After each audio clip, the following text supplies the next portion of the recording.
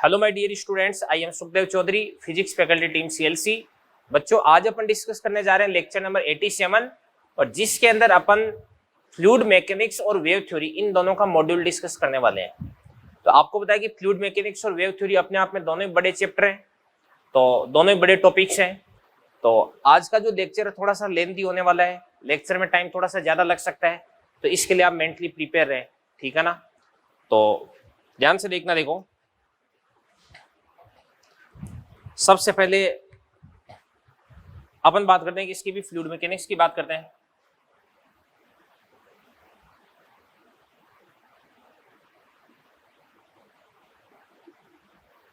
Fluid mechanics, इसके कौन कौन से क्वेश्चन मैं सोल्व करवाने वाला हूं देवदान से। स्टेज फर्स्ट के क्वेश्चन नंबर 3, 10,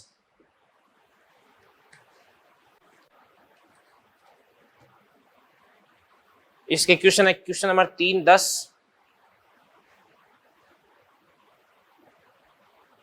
इसके बाद में एक सेकेंड देखो,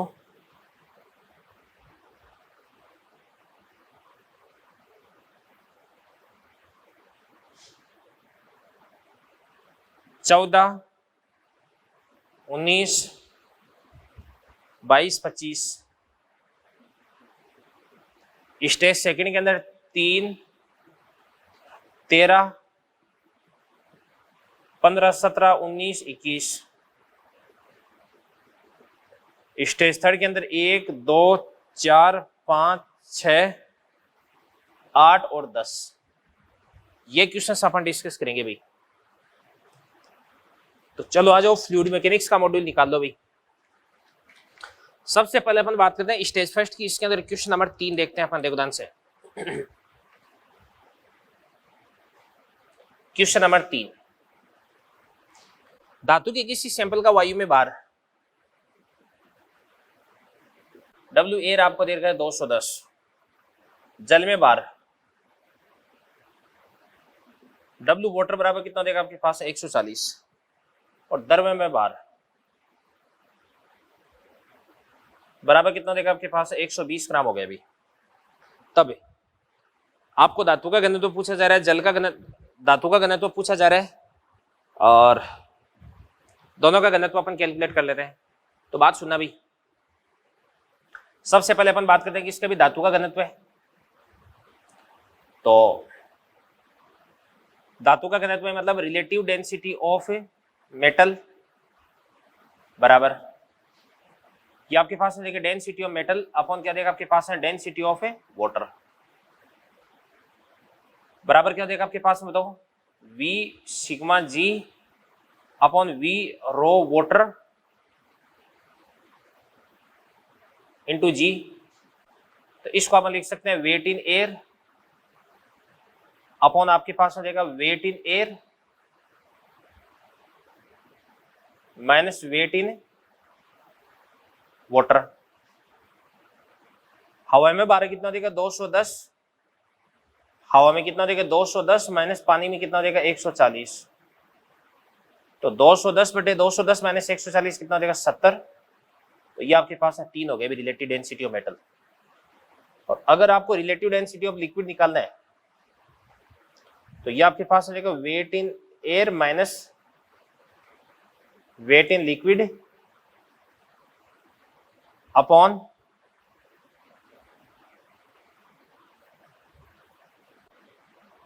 दो 210 माइनस 120 बटे 220, 210 माइनस 140। तो 210 माइनस 120 कितना होता है आपके पास बताओ 90, और 210 माइनस 140 कितना होता है आपके पास बताओ 70। तो ये आपके पास हो जाएगा 9/7। तो कौन सा ऑप्शन मैच कर रहा है आप देख लेना भी। क्वेश्चन नंबर 3 था ये। अगला क्वेश्चन अपना क्वेश्चन नंबर 10, बढ़िया शानदार क्वेश्चन है। समुद्र तल पर वायु दाब मापी, पारे की ऊंचाई कितने भी 75 सेंटीमीटर है और किसी पहाड़ी के शिखर पर कितना भी 50 सेंटीमीटर है। वायु व पारे के पारे व वायु के घनत्व का अनुपात कितना, 10⁴ है। तो पहाड़ी की ऊंचाई कितनी हो जाएगी। क्वेश्चन नंबर 10 में सोल्व कर रहा हूं आपके सामने, बड़ा शानदार क्वेश्चन है। समुद्र तल पर जो प्रेशर है वो कितना देगा आपके पास, बताओ। सबसे पहले अपन बात करते हैं, ये अपने पास कोई पहाड़ी है, ये समुद्र तल है, यहाँ पे इसकी ऊंचाई कितना देगी आपके पास, h हो जाएगी। तो यहाँ पे जो प्रेशर है, यहाँ पर प्रेशर कितना देगा आपके पास, P1 बराबर कितना देगा आपके पास, 50 सेंटीमीटर मरकरी के बराबर। h 50 हो गया, ठीक है ना, और सेंटीमीटर मतलब गुणा 10⁻⁻2 रो मरकरी इंटू क्या देगा आपके पास है जी। और यहां पर जो प्रेशर है वो P2 बराबर कितना देगा आपके पास, तो P1 50 गुणा 10⁻⁻2 रो मरकरी इंटू जी, यानी P1 प्लस H रो जी प्लस H रो एयर इंटू क्या देगा आपके पास है जी, बराबर क्या देगा आपके पास है P2। और P2 कितना हो जाएगा, 75 सेंटीमीटर मरकरी के बराबर हो जाएगा। तो बराबर हो जाएगा आपके पास है 75 सेंटीमीटर, यानी 10⁻⁻2 रो मरकरी इंटू क्या देगा आपके पास है जी हो जाएगा। तो यहां से जी जी जी ये अपन काट देंगे। इसके बाद में 50 इंटू कितना देगा, 10⁻⁻2 इंटू रो मरकरी। मरकरी का जो घनत्व है वो हवा के घनत्व का 10⁴ गुना है, तो इसको अपन क्या बोल देंगे, 10⁴। इसके बाद में प्लस ये कितना देगा आपके पास h रो एयर, हवा का घनत्व कितना देगा 1, इसका अपन 10⁴ मान लिया है, बराबर कितना देगा आपके पास है 75 गुणा 10⁻⁻2 गुणा कितना देगा आपके पास 10⁴ हो जाएगा, क्योंकि मरकरी का घनत्व हवा के घनत्व का 10⁴ गुना हो जाएगा अभी। इसके बाद में इसको अपन उधर की तरफ ले जाएंगे तो यहां से अपने पास h की वैल्यू हो जाएगी। यह था आपका क्वेश्चन नंबर 10। अगला क्वेश्चन अपन देखते हैं, क्वेश्चन नंबर 14 क्या कह रहे हैं, देखो ध्यान से। 14वां क्वेश्चन देखते हैं। वायु का एक बुलबुला झील की तली के ऊपर सतह पर आता है, उसका आयतन 3 गुना हो जाता है। वायुमंडलीय दाब पारे के 75 सेंटीमीटर स्तंभ के तुल्य है और जल का घनत्व पारे के घनत्व का 1/10 है, तो झील की गहराई कितनी देगी भी। तो बात सुनना भी भाई, यहां पर जब आता है तो इसका वॉल्यूम कितना हो जाता है 3v, और यहां पर जब इसका वॉल्यूम है ये कितना हो जाएगा आपके पास v हो जाएगी। झील की गहराई कितनी हो जाएगी, मान के इसलिए h। तो यहां पर प्रेशर कितना देगा आपके पास है P0, और P0 बराबर कितना देगा 75 सेंटीमीटर। तो 75 सेंटीमीटर यानी 10⁻⁻2, ठीक है ना। और रो कितना हो जाएगा बताओ, पारे का घनत्व है, पारे का घनत्व भाई जल के घनत्व का 10 गुना हो गया। तो पारे का घनत्व भाई जल का घनत्व अपन कितना मान लेंगे भाई 1000, तो पारे का घनत्व कितना हो जाएगा आपके पास बताओ 10,000, 10 गुना 10⁻3, 10 गुना कर दिया इंटू क्या देगा आपके पास है जी।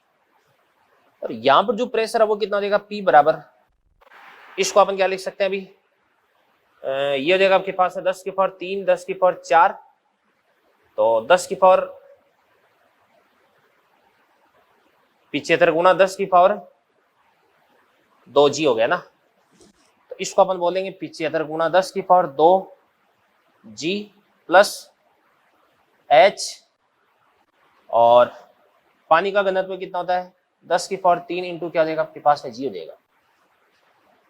यहाँ का P आ गया, यहाँ का P आ गया। अब P1 V1 बराबर P2 V2 कर दो, आंसर आ जाएगा अभी। तो ये हो गया आपका क्वेश्चन नंबर 14।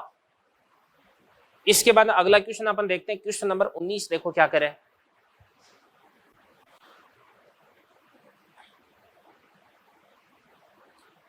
क्वेश्चन नंबर 19 देखते हैं भाई अपन। 19वां देखो, 3 मीटर लंबाई व 2 मीटर चौड़ाई की एक नाव झील की सतह पर तैर रही है। जब एक आदमी उस पर बैठता है तो वो 1 सेंटीमीटर तक डूबती है। आदमी का द्रव्यमान कितना हो जाएगा भाई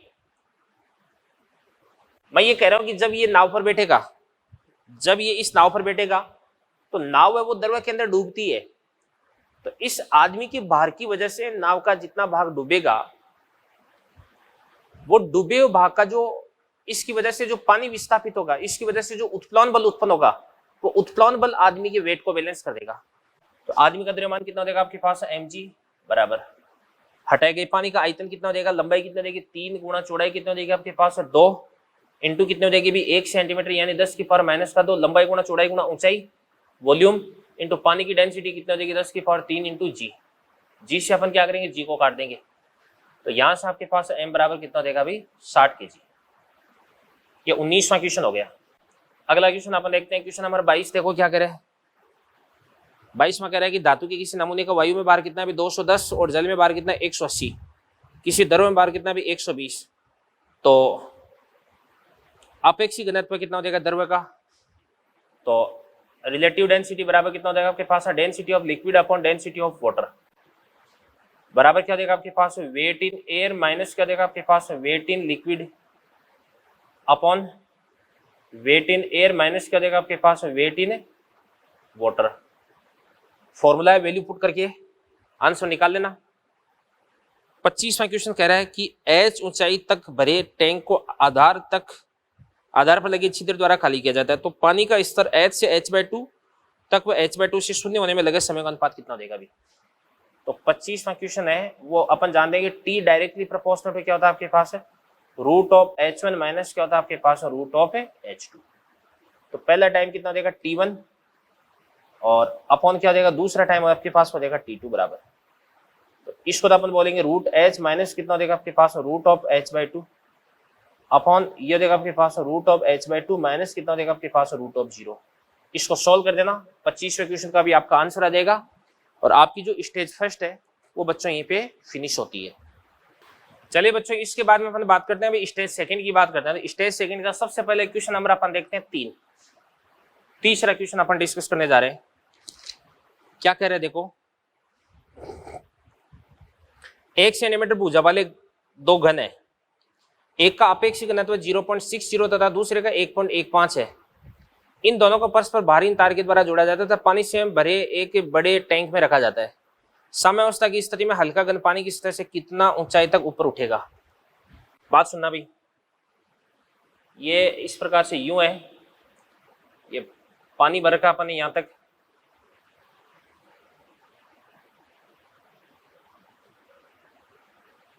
अब बात सुनना भी, एक तो थोड़ा सा बाहर निकल रखा है और एक पूरा अंदर से अंदर डूबा हुआ है।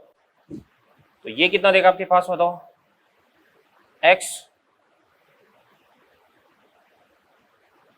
ये 1 माइनस x हो गया। अब अपन बात करते हैं कि नीचे की तरफ कितना बल लगता है। नीचे की तरफ लगने वाला इस सिस्टम पे नीचे की तरफ फोर्स लगता है, इसका वेट प्लस इसका वेट। तो एक का तो घनत्व कितना हो जाएगा 0.6, एक का कितना हो जाएगा 1.15 हो जाएगा। तो इसका ध्यान से देखना, इसका वेट भुजा कितने हो जाएगी आपके पास बताओ, तीनों की हो जाएगी आपके पास 1 मीटर। तो अपन बोल सकते हैं कि भी सेंटीमीटर में सोल्व कर देते हैं तो ये आपके पास 100 माइनस x हो गया, ठीक है ना। तो इसका नीचे की तरफ बार कितना देगा भी, वॉल्यूम कितना देगा आपके पास बताओ 100 क्यूब यानी 10 की पावर 6।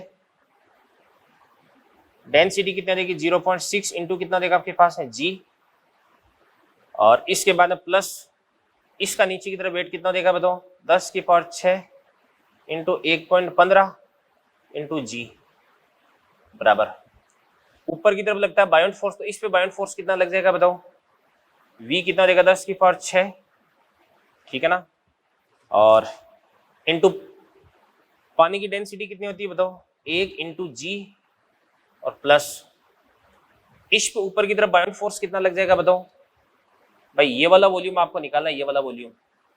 तो एरिया कितना देगा आपके पास 100 इंटू 100 यानी 10 की पावर 4 इंटू 100 माइनस x।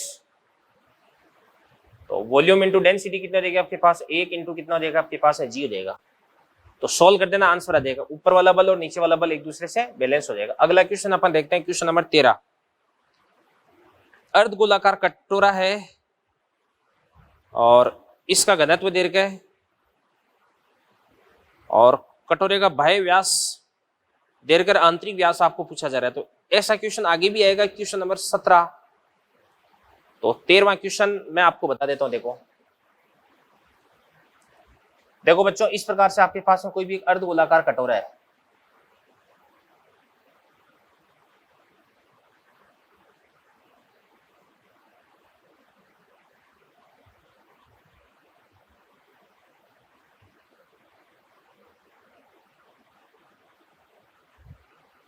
ये बात है अभी। अब इसको आपने लिक्विड के अंदर रख दिया, तो इस स्थिति में इस पे नीचे की तरफ तो क्या लग जाएगा, अभी वेट फोर्स लग जाएगा। तो नीचे की तरफ कितना वेट फोर्स लग जाएगा बताओ?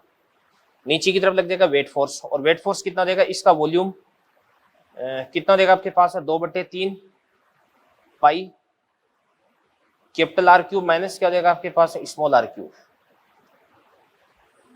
क्योंकि यहाँ पे जो स्मॉल आर इसकी आंतरिक त्रिज्या है वो तो माइनस करनी पड़ेगी ना आपको। तो इंटू क्या देगा आपके पास? इसकी डेंसिटी सिग्मा इंटू जी बराबर, इस पे ऊपर की तरफ लगता है बायोंट फोर्स, तो बायोंट फोर्स कितना देगा? 2/3 पाई आर क्यूब इंटू ये आपके पास में रो इंटू क्या देगा? जी हो जाएगा अभी, ठीक है ना। तो यहां से आपके पास में 2π/3 जी ये काट दिया अपन ने। तो इसको अपन बोलेंगे आर क्यूब माइनस क्या देगा आपके पास? आर क्यूब इंटू सिग्मा बराबर क्या देगा आपके पास? आर क्यूब इंटू क्या देगा? रो देगा। ये बात होगी। तो इसके अंदर ध्यान से देखना, तो अर्धगोलाकार कटोरा, इस कटोरे का घनत्व सिग्मा दीर्घ है और कटोरे का बाह्य व्यास 1 मीटर, ठीक है ना।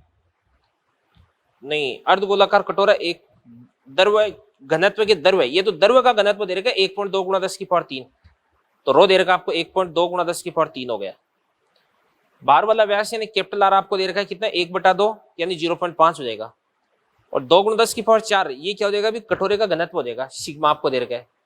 तो वैल्यू पुट कर देना, आपको यहाँ से स्मॉल आर की वैल्यू फाइंड आउट करनी है, ये आंतरिक त्रिज्या हो जाएगी, और इसके बाद इसका 2 गुना कर देना, तो आपके पास में आंतरिक व्यास आ जाएगा। 13वां हो गया। 15वां क्वेश्चन अपन यहीं पे करते हैं। देखो क्वेश्चन नंबर 15 क्या करे, देखो 15वां क्वेश्चन। पानी से भरे एक टैंक में वाई गहराई पर, ये पानी से भरा हुआ एक टैंक है, यहां तक आपने पानी भर दिया।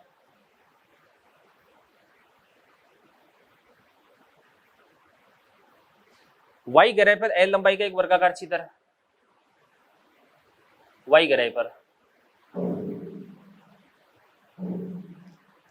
तथा 4y गहराई पर एक आर त्रिज्या का छिद्र, 4y गहराई पे आर त्रिज्या का आपने होल बना दिया, और इन दोनों से द्रव्य के निकलने की जो दर वो आपको बराबर दे रखी है। तो अपन क्या बोल सकते हैं अभी, यहाँ पे A1 V1 बराबर क्या देगा आपके पास? A2 V2 हो जाएगा। तो इसका एरिया कितना देगा? L², और V1 कितना देगा आपके पास? √2g into y। इसका एरिया कितना देगा आपके पास है? πr², और यहाँ पे V कितना देगा आपके पास? 2g, h कितना देगा आपके पास है? 4y हो जाएगा। सॉल्व कर लेना। 15वां क्वेश्चन आपका हो चुका है। फिर अपन देखते हैं क्वेश्चन नंबर 17। देखो 17वां क्वेश्चन है, इसके अंदर आपको 9 आपेक्षिक घनत्व वाले दृढ़ गोले, पूरा गोला दे रखा है, अभी पूरा गोला ही दे रखा है तो अब अपन क्या कर देंगे, देखो 17वां मैं दोबारा से कर देता हूं सोल्व। यहां पे ये गोला है, केविटी बना रखी, ये ठीक डूब रहा है द्रव्य के अंदर। तो इसमें नीचे की तरफ कितना देगा आपके पास है? 4/3 pi r cube minus r cube into sigma into g, और इस पे ऊपर की तरफ कितना देगा आपके पास है? 4/3 पाई आर क्यूब इंटू कितना देगा आपके पास? रो इंटू जी। ऊपर की तरफ उत्प्लवन बल लगा दिया। बाकी सोल्व कर लेना। इसका अपेक्षिक घनत्व वो कितना दे रखा है? 9 दे रखा है। तो सिग्मा को लिख देना, इस रो को लिख देना 1, और सिग्मा को लिख देना आप 9 रो लिख देना, या 9 लिख देना। सोल्व कर देना, आंसर आ जाएगा। 17 के बाद में अगला क्वेश्चन आपका 19। 19वां क्वेश्चन अपन देखते हैं। देखो ध्यान से क्या कह रहे हैं। 19वां क्वेश्चन चेक कर रहे हैं अपन। देखो 19 के बाद 21वां क्वेश्चन भी अपने को करना है, तो 19 और 21 दोनों देख लेते हैं यहाँ पे। तो सबसे पहले देखो क्वेश्चन नंबर 19 क्या कह रहा है। ये कह रहा है कि T1 तथा T2 दो केस नली जिनकी लंबाई क्रमशः L1 L2 लंबाई दे रखी है, अनुप्रस्थ काट की त्रिज्या R1 R2 दे रखी है, और T1 में प्रवाहित जल की दर 8 सेंटीमीटर पर सेकंड है, और इसके सिरों पर दाबांतर कितना है, PS समान दाबांतर आरोपित करने पर T2 में प्रवाहित जल की मात्रा हो देगी। अपन जानते हैं कि Q directly proportional to PR की पावर 4 अपॉन कितना होता है, L होता है। तो दोनों के लिए जो प्रेशर है वो तो क्या हो जाएगा, बराबर हो जाएगा, तो P को अपन हटा देंगे। दोनों की जो लंबाई है वो भी क्या दे रखी है, आपको बराबर दे रखी है, तो इसको भी अपन हटा देंगे। Q डायरेक्टली प्रोपोर्शनल टू क्या देगा आपके पास, R की पावर 4। तो इससे सोल्व कर लेना। अभी 21वां क्वेश्चन अपन देखते हैं बेटा। यहाँ पे पादप में सुक्रोज विलियम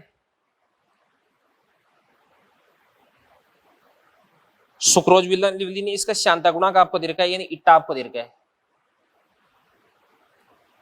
ठीक है ना।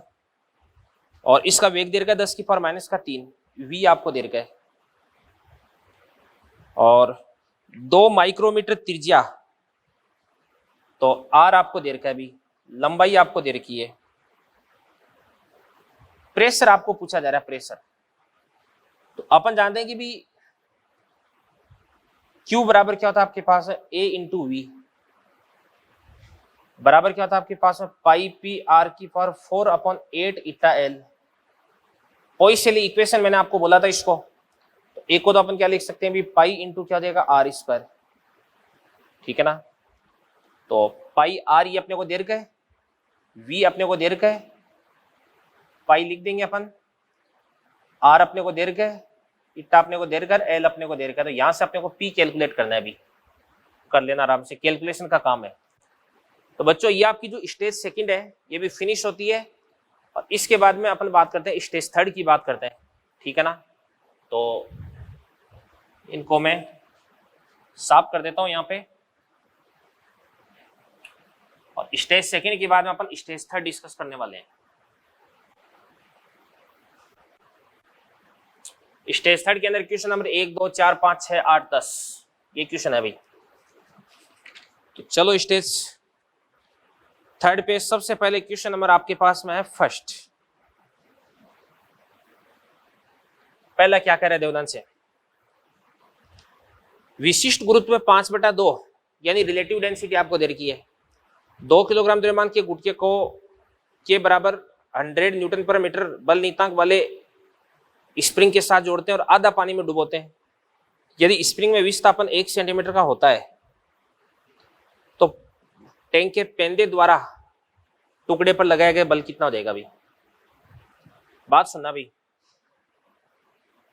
ये जो ब्लॉक है इस पे कौन कौन से फोर्स लगते हैं, देखो भाई। सबसे पहले देखो इस पे नीचे की तरफ फोर्स लगता है, इसका वेट फोर्स,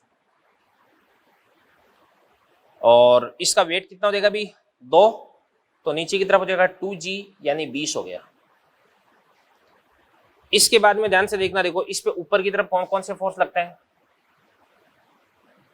ऊपर की तरफ एक तो इस पे फोर्स लगता है, कौन सा फोर्स भाई, स्प्रिंग का फोर्स kx, तो k कितना देगा आपके पास 100, तो x कितना हो जाएगा भाई 1 सेंटीमीटर यानी 10 की पावर माइनस का 2, तो ये तो एक ही हो गया ना।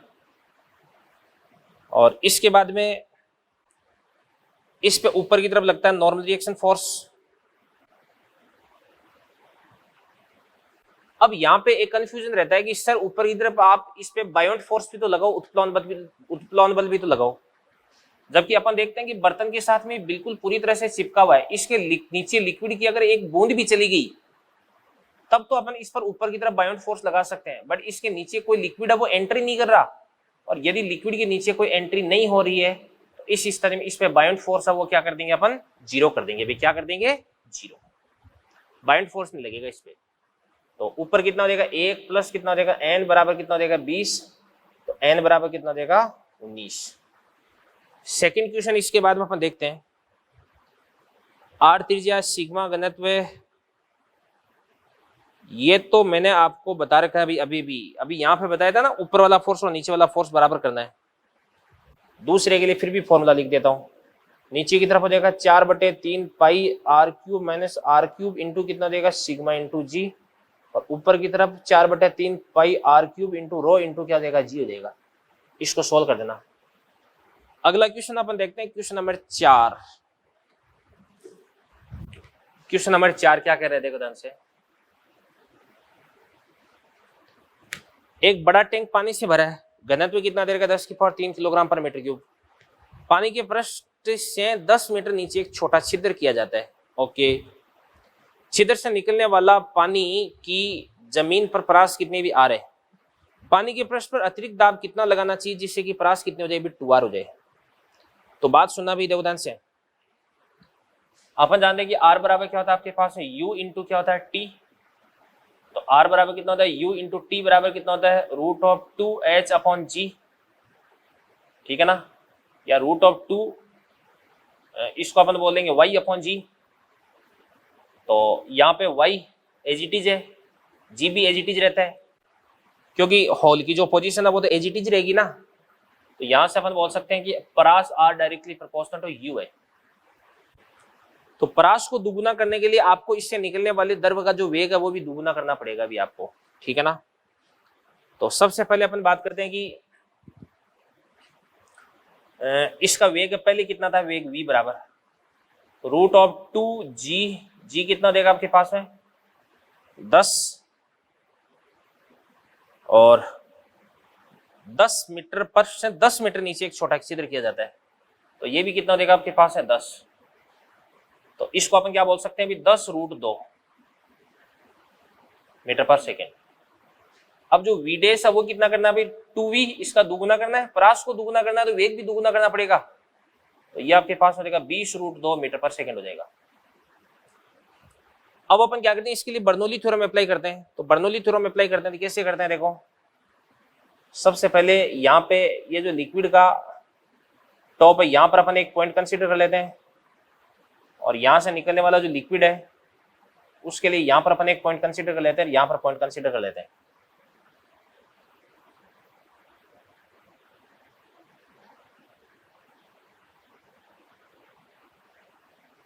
सुनना ध्यान से, देखना, देखो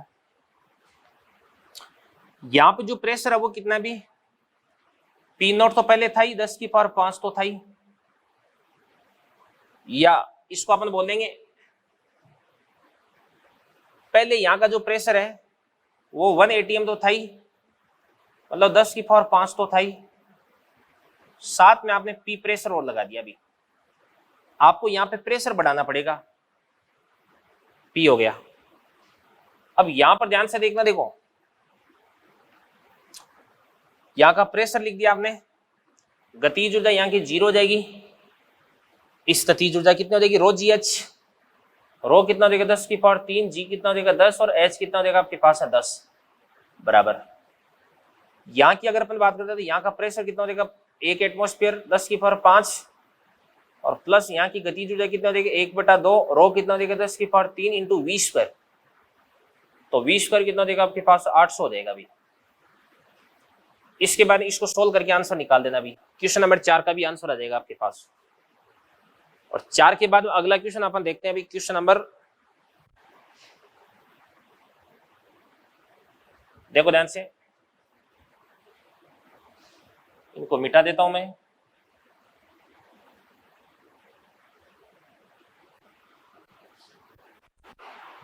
चार के बाद अगला क्वेश्चन अपना क्वेश्चन नंबर 5। क्या कह रहे हैं ध्यान से, एक बेलनाकार पात्र में रो घनत्व वाला द्रव H ऊंचाई तक भरा है। ओके, द्रवों का M द्रव्यमान व A अनुप्रस्थ काट क्षेत्रफल वाले पिस्टन से बंद किया गया। पात्र के आधार पर एक छिद्र है, तो द्रव किस साल से बाहर निकलेगा। बहुत ही आसान है, यहां से लिक्विड इस प्रकार से बाहर निकल रहा है।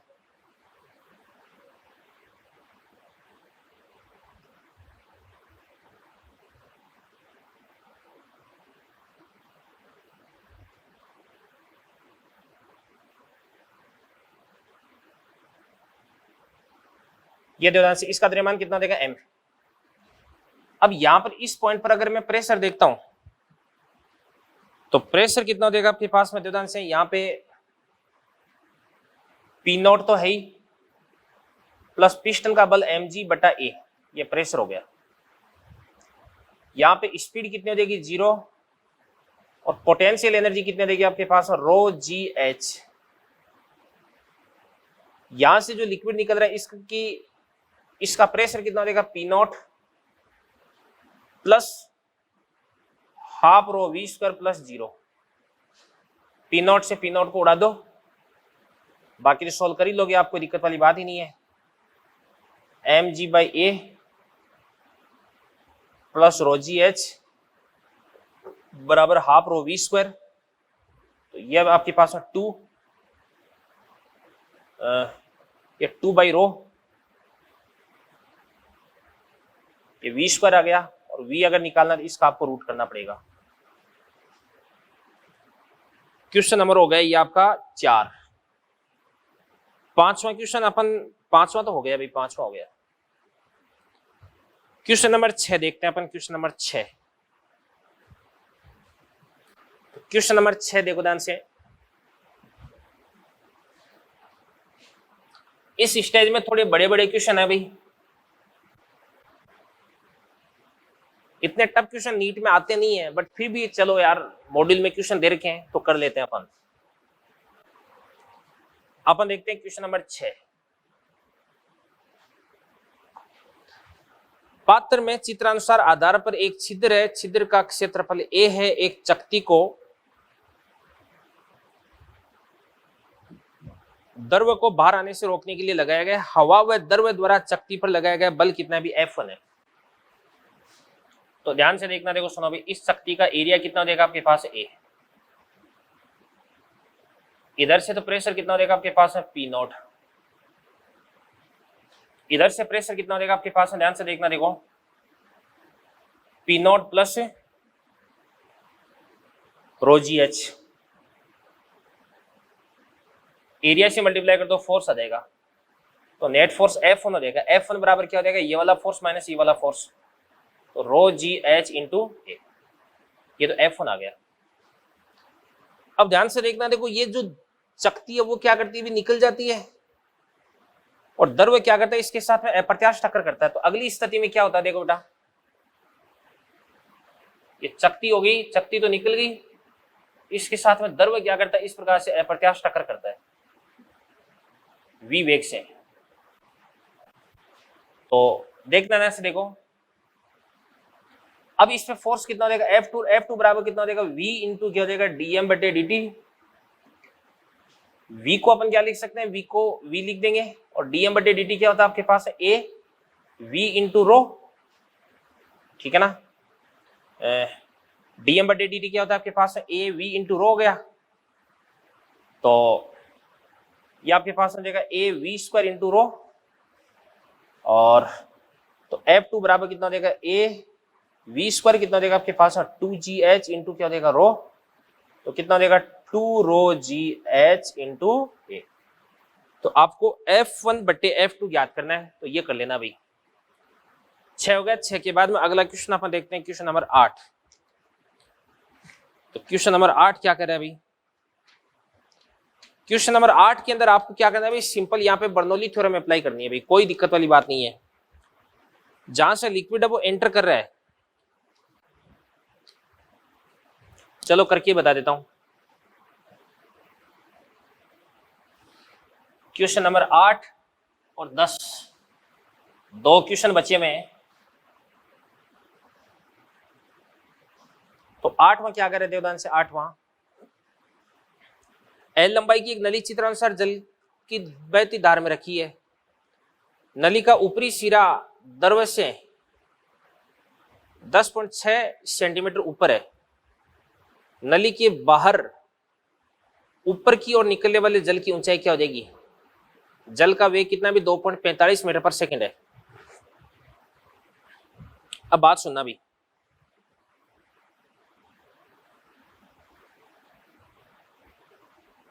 एक तो अपन द्रव्य की इस बिंदु की, एक अपन इस बिंदु की बात करते हैं।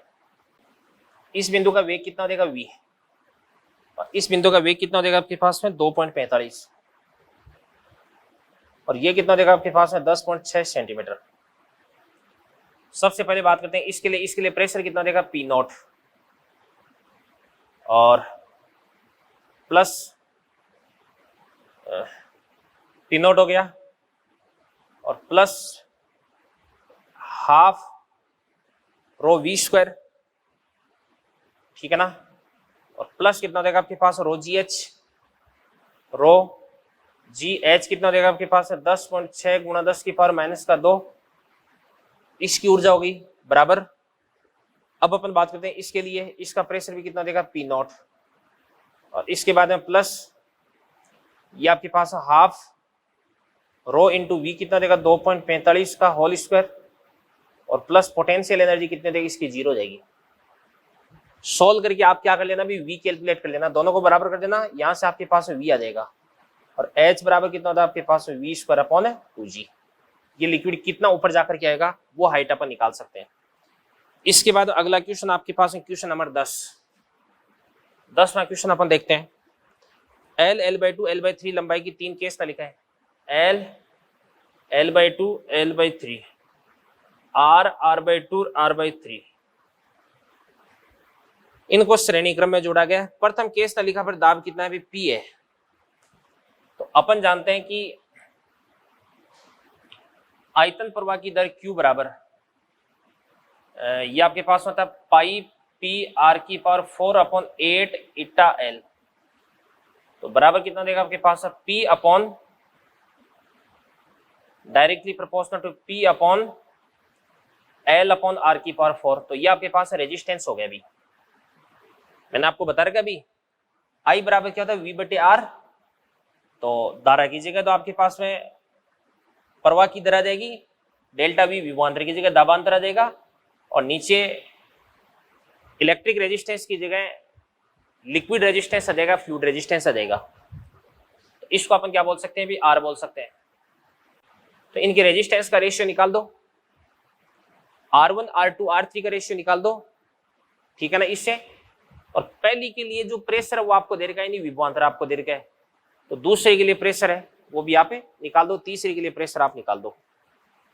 तो ये आपका 10वां क्वेश्चन भी फिनिश हुआ। इसी के साथ में आपका जो फ्लूइड मैकेनिक्स है इसका मॉड्यूल डिस्कस होता है। तो थैंक यू वेरी मच। इसके बाद में अपन डिस्कस करने वाले हैं अभी वेव थ्योरी के बारे में। चलिए बच्चों, इसके बाद में अपन डिस्कस करने जा रहे हैं वेव थ्योरी का मॉड्यूल। और वेव थ्योरी के अंदर ध्यान से देखना, देखो मॉड्यूल है वो उसमें एक्सरसाइज है वो 2 जगह दे रखी है। तो मैं अभी आपको डिस्कस करवाने जा रहा हूँ पेज नंबर 4.22 से लेके 4.29 के बीच में जो भी क्वेश्चंस दे रखे हैं वो, ठीक है ना। और मैंने आपको बताया था कि 4.22 से लेके 4.29 के बीच में ये जो क्वेश्चंस है, ये जो स्ट्रिंग वेव होती है ना, रस्सी में तरंगे, उन पर आधारित है अभी, ठीक है ना। और आगे जो भी आपके पास है एक्सरसाइज दे रखी है अभी कहाँ पे दे रखी है, ये पेज नंबर 5.33 से दे रखी है, पेज नंबर 5.33 से लेके 5.48 के बीच में। तो ये जो साउंड वेव है उसकी एक्सरसाइज है, ठीक है ना। तो पहले अपन स्ट्रिंग वेव वाली जो एक्सरसाइज है वो अपन फिनिश करते हैं। तो सबसे पहले स्टेज फर्स्ट के अंदर क्वेश्चन नंबर 5 देखते हैं अपन। देखो बहुत ही छोटे छोटे क्वेश्चन है, छोटे छोटे आसान आसान क्वेश्चन है। तो सबसे पहले अपन देखते हैं क्वेश्चन नंबर 5। एक पल्स का इक्वेशन है, t बराबर 0 पर y बराबर कितना देगा आपके पास 1/1 प्लस एक्स स्क्वायर, और t बराबर 2 पर y बराबर कितना होता है आपके पास 1/1 प्लस x माइनस 1 का होल स्क्वायर। अब बात सुनना भी, अपन इसको लिख सकते हैं y बराबर 1 ही रहता है, अपन नीचे वाला जो 1 ही रहता है, प्लस x माइनस क्या होता है vt, इसका होल स्क्वायर लिख देते हैं अपन, ठीक है ना। अब यहां पे ध्यान से अपन लिख सकते हैं कि भी t बराबर अगर अपन 0 पुट करते हैं तो t बराबर 0 पुट करते हैं, ये पूरी टर्म 0 हो जाएगी, तो ये x स्क्वायर आ जाएगा, ये ठीक है। और t बराबर 2 पुट करते हैं तो x माइनस 1 आ जाएगा, तो इसके अंदर 2 पुट करते हैं तो vt में 2 पुट कर देंगे, t बराबर 2 पुट कर देंगे तो कितना हो जाएगा आपके पास 2v, और यहाँ पे कितना बन जाता है 1 बन जाता है। तो यहाँ से आपके पास v बराबर कितना हो जाएगा भाई 1/2 मीटर पर सेकेंड, v बराबर कितना हो जाएगा आपके पास 1/2 मीटर पर सेकेंड। और इसकी डायरेक्शन अब वो किधर की तरफ हो जाएगी, धनात्मक एक्स अक्ष के अनुदिश हो जाएगी भी, ठीक है ना। तो आगे आंसर। अगला क्वेश्चन आप 5 के बाद में 14वां क्वेश्चन। 14वां क्वेश्चन क्या कह रहे थे ध्यान से, लंबाई एल की एक डोरी को L/20 तक खींचा गया है तथा इस पर चलने वाली अनुप्रस्थ तरंग की चाल कितनी हो जाएगी, v हो जाएगी। L/10 तक खींचा गया तो तरंग की चाल क्या हो जाएगी भी। क्वेश्चन नंबर हो जाएगा आपके पास 14।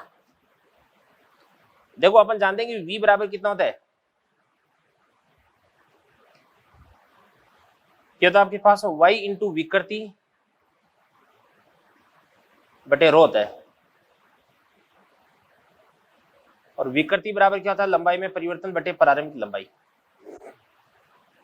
तो पहले तो जो विकृति है वो कितनी हो जाएगी, लंबाई में परिवर्तन कितने हो जाएगा बताओ, L/20।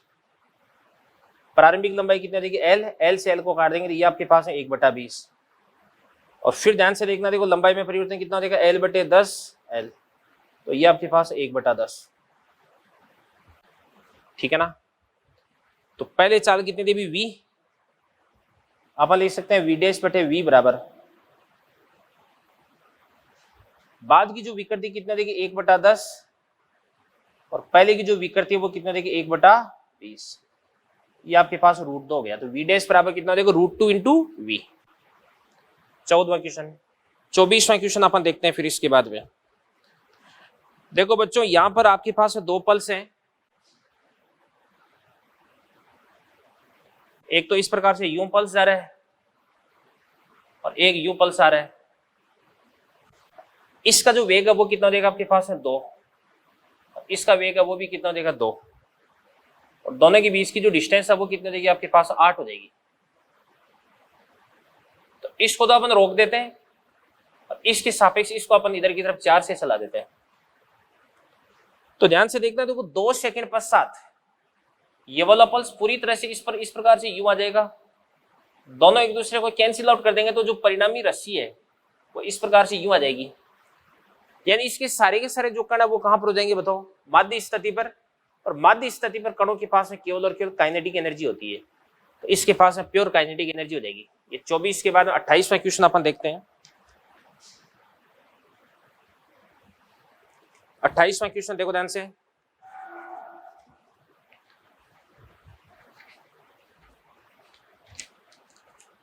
एक ही पदार्थ के बने हुए 4 तारों की लंबाई एवं व्यास समान है, ये 1 सोनोमीटर पर कैसे, इनके तनाव का अनुपात इतना, तो मूल आवर्तियां भाई, मूल आवर्तियां n बराबर कितना होता है आपके पास 1/12 रूट ऑफ, और इसके बाद है t बटे म्यू हो गया, और म्यू को अपन क्या लिख सकते हैं अभी, a इंटू रो, यानी पाई r² इंटू रो। एक ही पदार्थ के बने हुए रो कांस्टेंट हो गया, 4 तारों की लंबाई एवं व्यास समान है, लंबाई समान हो गया, त्रिज्या समान होगी, तो n directly proportional to root of t, इसे कर लेना भाई। 28 के बाद में अगला क्वेश्चन आपका 30 नंबर। 30 में क्या कह रहे हैं देखो, सोनोमीटर तार की मूलावर्ती कितनी भी n है, लंबाई सब कुछ 3 गुना कर दिया जाए, तो n बराबर कितना होता है 1/12 रूट ऑफ t बटे और पाई r² इंटू रो। लंबाई को 3 गुना कर दिया, तनाव को भी 3 गुना कर दिया है ना, और व्यास को भी 3 गुना कर दिया, तो 3/3 का स्क्वायर कितना हो जाएगा 9, तो नीचे बटे 3 आ गया और 3 नीचे आ जाएगा तो 3√3 आ जाएगा, तो n/3√3, फोर्थ ऑप्शन चला जाएगा 30वें का। 33वां क्वेश्चन अपन देखते हैं क्या कर रहा है देवदान से। 33वां क्वेश्चन, तो 33वां क्वेश्चन देखो ध्यान से, y बराबर कितना हो जाएगा आपके पास 2a sin 2π ct upon lambda cos, इसके बाद 2πx अपॉन लेमडा। अब बात सुनो भाई, यहां से अपन लिख सकते हैं कि ये पूरा का पूरा विमाइन है, तो विमाइन तब हो सकता है जब ct की विमा और लेमडा की विमा बराबर हो जाए। ये भी विमाइन है, तो x की विमा और लेमडा की विमा बराबर हो जाएगी। तो पहला कह रहा है सीटी का मात्रक वही है जो कि लेमडा का मात्रक है, सही है। एक्स का मात्रक वही है जो कि लेमडा का है, बिल्कुल ठीक है। इसके बाद ध्यान से देखना, देखो इसको और इसको भी बराबर कर दो, क्योंकि इसकी विमा, ये भी विमा इन और ये भी विमा इन। तो यहां से आपके पास है 2 पाई सी टी बटे लेमडा बराबर कितना हो जाएगा आपके पास है 2 पाई एक्स बटे लेमडा। तो यहां से आपके पास है 2 पाई सी बटे लेमडा बराबर हो जाएगा आपके पास 2 पाई एक्स बटे लेमडा इंटू टी। ये दे रखा है क्या? यस, ये भी सही हो गया। सी बटा लेमडा का मात्रक वही है जो कि एक्स बटा लेमडा का है, नहीं ऐसा नहीं होगा अभी। तो ये वाला स्टेटमेंट क्या हो जाएगा आपके पास है? गलत। तो ये कौन सा हो गया आपका 33वां। और 33 के बाद में 40वां अपन देख लेते हैं एक बार। 40वां क्वेश्चन यहां पे कर देता हूं, देखो। सोनोमीटर का तार 4 kg की बार पर 416 हर्ट्ज के सूर्यतर के साथ मूल आवर्ती से कंपित होता है। यदि सेतुओं के मध्य तार की लंबाई दुगुनी कर दी जाए, तब इस स्थिति में मूल आवर्ती विधा बनाए रखने के लिए बार को निम्न में से परिवर्तित करना होगा। लो जी, तो n बराबर कितना होता है आपके पास 1/12। इसके बाद रूट ऑफ टी बटे ये आपके पास म्यू हो गया। तार वो का वो है, आवर्ती वो की वो है। तो यहां से आपके पास L directly proportional to root of T हो गया। तो लंबाई को आपने दुगुना कर दिया, या अपन बोल सकते हैं T directly proportional to L square. लंबाई को दुगुना कर दिया तो तनाव को आपको 4 गुना करना पड़ेगा। तो पहले कितना था? 4 था, अब 4 से कितना करना पड़ेगा आपको? 16। ये आपकी फर्स्ट स्टेज है, वो फिनिश हो चुकी है। नोट करें इसको आप। जो भी क्वेश्चन आपको लगता है कि मेरे को नहीं आ रहा, उसको आप नोट कर सकते हैं। चलिए बच्चों, इसके बाद में अपन डिस्कस करते हैं स्टेज सेकंड। तो स्टेज सेकंड में देखो ध्यान से, सबसे पहले स्टेज सेकंड में क्वेश्चन नंबर आपको दे रखा है 7। तो 7वां क्वेश्चन है, इसमें ग्राफ दे रखा है इस प्रकार से, यूं ये हो गया। तरंग धनात्मक एक्स अक्ष के अनुदिश गतिशील है। सबसे पहले ये वाला जो कण है, इसका वेग अपन देखते हैं। भाई अपन ये जानते हैं कि y बराबर क्या होता है आपके पास a sine omega t minus क्या होता है kx प्लस क्या होता है आपके पास फाई। इस वाले कण का वेग किधर की तरफ होगा ये अपन देखते हैं। तो सबसे पहले यहां पर क्या करते हैं अपन, इस प्रकार से बनाते हैं क्षैतिज, फिर स्पर्शिका बनाते हैं। इन दोनों के बीच का एंगल थीटा 90 से बड़ा। थीटा अगर 90 से बड़ा तो टेन थीटा क्या हो जाएगा आपके पास नेगेटिव। तो इस पार्टिकल की जो वेलोसिटी है वो अपन देख सकते हैं कि वीपी बराबर क्या होता है माइनस का वीडब्ल्यू, पॉजिटिव आ जाएगा, और टेन थीटा क्या हो जाएगा नेगेटिव। तो ये आपके पास पॉजिटिव आ जाएगा। पार्टिकल ऊपर की तरफ जा रहा है, इसका मतलब पार्टिकल मूल बिंदु पर है और ऊपर की तरफ जा रहा है। तो प्रारंभिक कला कितनी हो जाएगी? 0। तो y बराबर क्या हो जाएगा? a sine omega t minus kx।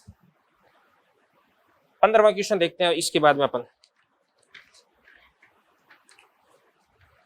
15वां क्वेश्चन कह रहा है कि समान पदार्थ की तनी हुई दो डोरियों का तनाव समान है, मूल विधा में कंपन कर रही है। इनकी आवृत्तियों का अनुपात 1:2 है। कंपित खंडों की लंबाई का अनुपात कितना है? भी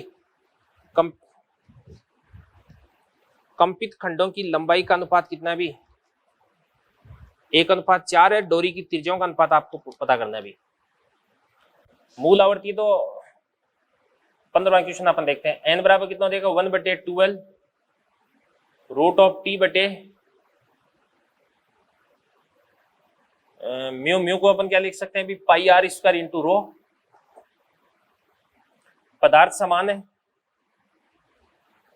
तनाव समान है, मूल विधा में कंपन कर रही है, P बराबर 1 लेना है। तो यहां से आपके पास n directly proportional to 1/L और r स्क्वायर 12 करके r बन जाएगा। आवृत्तियों का अनुपात कितना हो जाएगा? 1:2। त्रिज्याओं का अनुपात पूछा जा रहा है, तो r डायरेक्टली प्रोपोर्शनल टू कितना हो जाएगा आपके पास है? 1/n into L. तो आवृत्तियों का अनुपात कितना हो जाएगा? भी 1:2। तो 1/2। और लंबाइयों का अनुपात कितना हो जाएगा? 1/4। तो त्रिज्याओं का अनुपात कितना हो जाएगा? 1/8। या 8:1 दे रखा है, तो फोर्थ ऑप्शन चला जाएगा। 15वां क्वेश्चन था ये। 24वां क्वेश्चन अपन देखते हैं अभी। 2.50 kg द्रव्यमान की एक डोरी में तनाव कितना दे रखा है? 200 न्यूटन दे रखा है।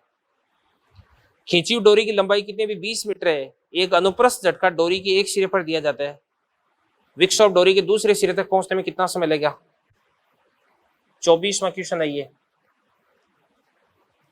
समय बराबर क्या होता है आपके पास? दूरी बटे चाल, और v बराबर कितना होता है आपके पास? अंडरूट का t बटे म्यू, और म्यू को अपन क्या लिख सकते हैं? m बटे l। तो टेंशन आपको दे रखा है, m आपको दे रखा है, l आपको दे रखा है। यहां से v निकाल लेना, v यहां पे पुट करना, l आपको दे रखा है। यहां से समय निकाल लेना। ये आपका क्वेश्चन नंबर 24 फिनिश होता है अभी। अगली जो आपकी स्टेज थर्ड है, इसके अंदर सारे के सारे बहुत ही आसान क्वेश्चन दे रखे हैं, ठीक है ना। तो क्वेश्चन नंबर 13 और 22 ये मेरे को करवाने हैं भाई। सबसे पहला क्वेश्चन है क्वेश्चन नंबर 13। एक स्वरमापी तार की कुल लंबाई कितनी भी 1 मीटर। इस तार के नीचे दो सेतु इस प्रकार से रखे जाते हैं कि ये तार 3 भागों में इस प्रकार कंपन करेगी। मूल आवर्ती 1:2:3। ये तो मैंने आपको बता रखा अभी। तो n directly proportional to 1/l, l directly proportional to 1/n। तो L1 L2 L3 बराबर 1/1, 1/2, 1/3।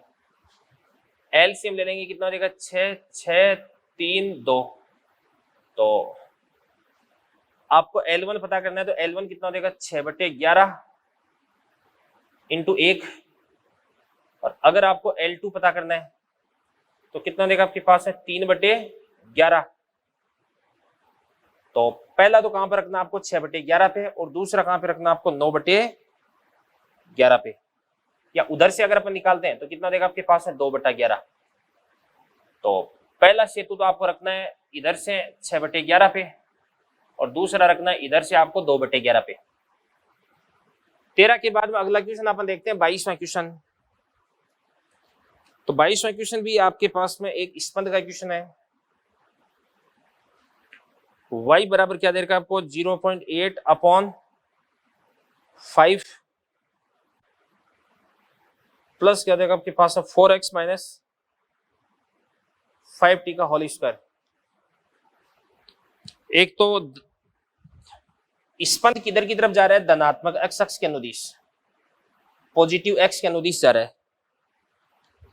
और इसकी चाल v बराबर कितना हो जाएगा? v बराबर 5/4 यानी 1.25 हो जाएगा। कैसे? मैंने आपको बता रखा है। और अधिकतम विस्थापन के लिए ये अपन 0 कर देंगे, तो y बराबर कितना होता है आपके पास? है 0.16। तो केवल थर्ड ऑप्शन है वही आपका सही जा रहा है, ठीक है ना? नहीं, स्पंद ऋणात्मक x दिशा में गतिशील है, स्पंद धनात्मक x दिशा में गतिशील है। फर्स्ट भी सही है। और अधिकतम विस्थापन कितना हो जाएगा? 0.16 मीटर।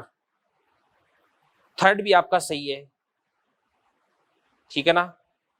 तो बच्चों ये आपका स्टेज 1, 2 और 3 का काम कंप्लीट हो गया, जो कि पेज नंबर 4.22 से लेके 4.29 के बीच में अपने को दे रखे हैं, ठीक है ना। तो इनको नोट करें। अगर आपको लगे कोई क्वेश्चन तो आगे बढ़ते हैं फिर अपन। चलिए बच्चों, इसके बाद में अपन स्टार्ट करते हैं इस वेव थ्योरी का एक्सरसाइज का सेकंड पार्ट, जो कि अपने पास में पेज नंबर 5.33 है।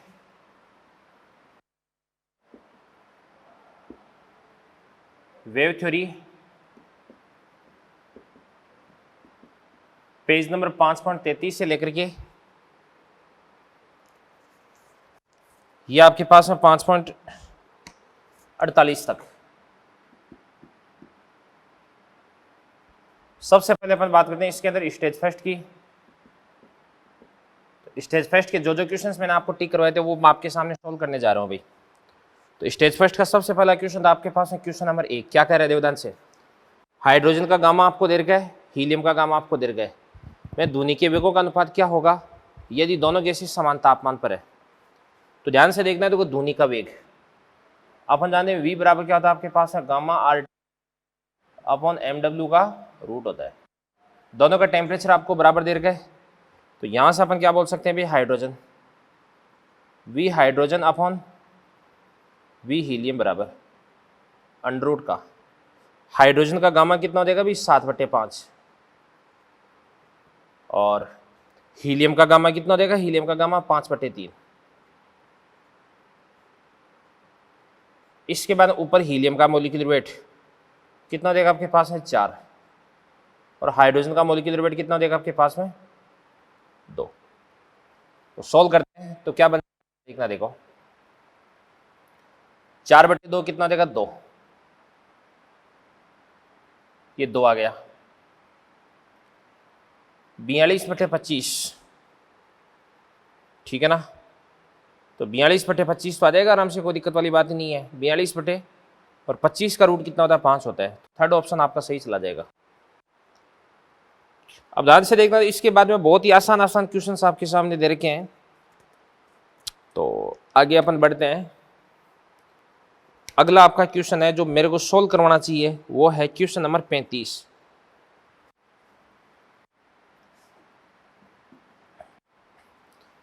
में क्या करे ध्यान से देखना, देखो 114 सेंटीमीटर लंबाई वाली एक खींचे हुए तार को 3 खंडों में विभाजित किया गया, जिसके आवृत्तियों का अनुपात 1:3:4 है।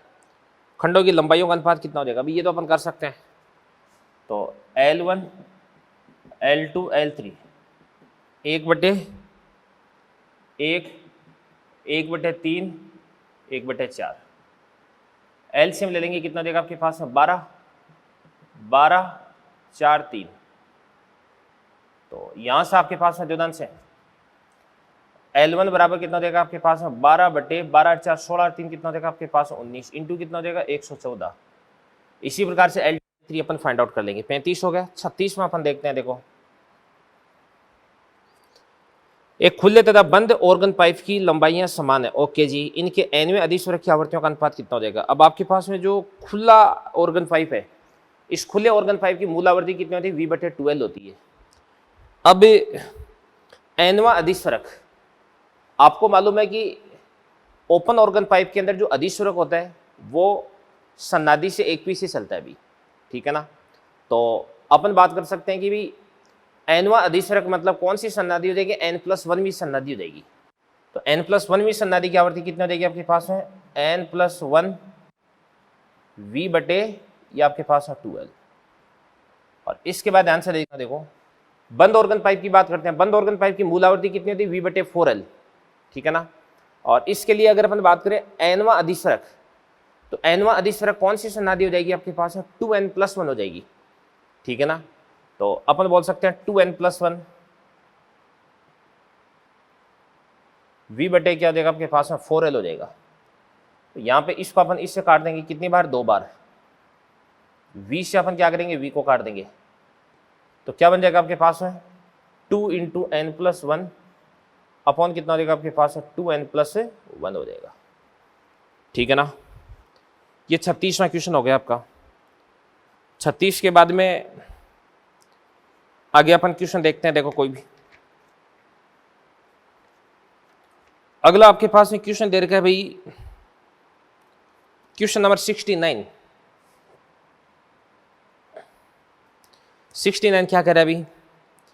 एक नलिका एस में 0.4 मीटर तरंगदैर्ध्य की ध्वनि तरंगें प्रवेश करती है। वर्ताकार बाकी न्यूनतम त्रिज्या का मान ज्ञात कीजिए ताकि संसूचक डी पर न्यूनतम ध्वनि सुनाई दे। तो बात सुनना भी, से आपके पास में कोई नलिका बना रखी है,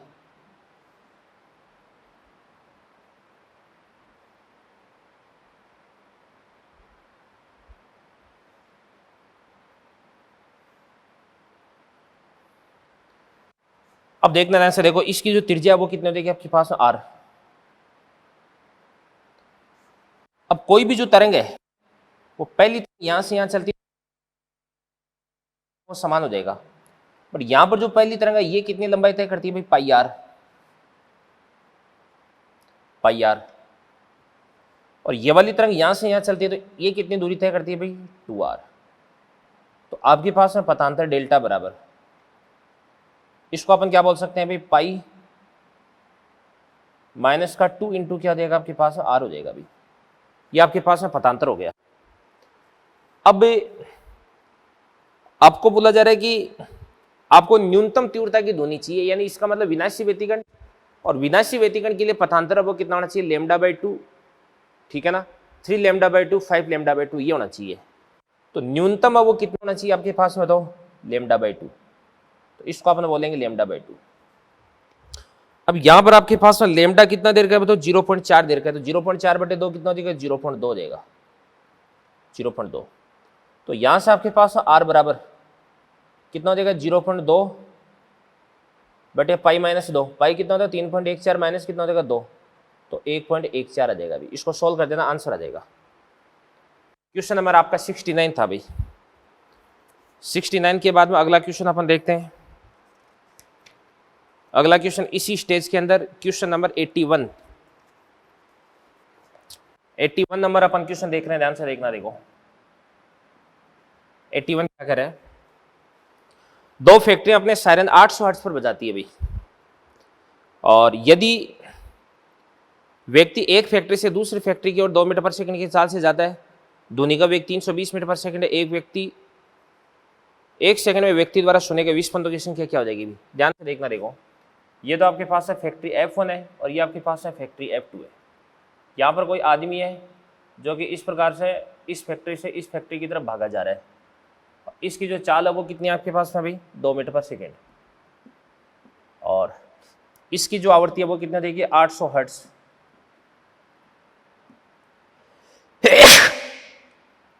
इसकी आवृत्ति भी कितनी देगी आपके पास, 800 हर्ट्ज देगी। तो इसकी आवृत्ति इसको कितनी सुनाई देगी भाई, ये आपके पास n1 बराबर कितना देगा n, 800 इंटू ध्वनि का वेग कितना आपके पास है 320, तो 320 ऊपर 320 नीचे। यहाँ पर सोर्स तो आपका रेस्ट में है, बट जो ऑब्जर्वर है वो 2 से दूर की तरफ जा रहा है, तो आवृत्ति घटेगी ना, तो इस स्थिति में -2 कर देंगे अपन, ठीक है ना। और इसी प्रकार से n2 बराबर, ये आपके पास 800, ये आपके पास है 320 प्लस का 2/320 हो जाएगा। अपन इसको सोल्व कर देंगे और अपन इसको सोल्व कर देंगे, दोनों का डिफरेंस कर देंगे, वही आपके पास में 20 पंद आवृत्ति हो जाएगी। 81 था ये क्वेश्चन नंबर आपका। इसी प्रकार से क्वेश्चन नंबर 83 क्या कर रहे देवदान से, एफ आवृत्ति पर बजता हुआ एक बैंड वीबी चाल से दीवार की ओर जा रहा है, एक मोटर चालक वीएम चाल से बैंड का पीछा कर रहा है।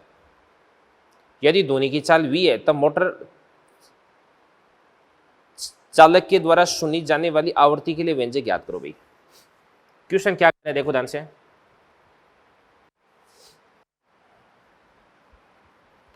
एक बार अपन सिचुएशन को समझते हैं। सबसे पहले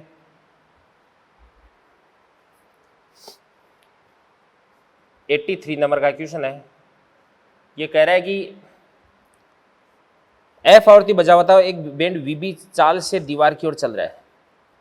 ये कोई दीवार है और ये कोई बैंड है,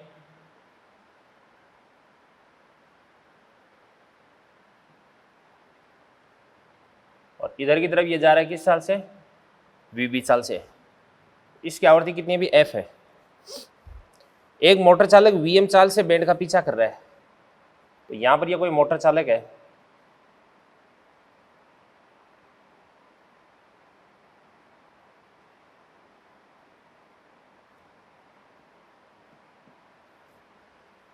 वीएम चाल से क्या कर रहा है अभी, इसका पीछा कर रहा है। यदि ध्वनि की चाल कितने भी वी है तब मोटर चालक के द्वारा सुनी जाने वाली आवृत्ति के लिए व्यंजक व्युत्पन्न करो भाई।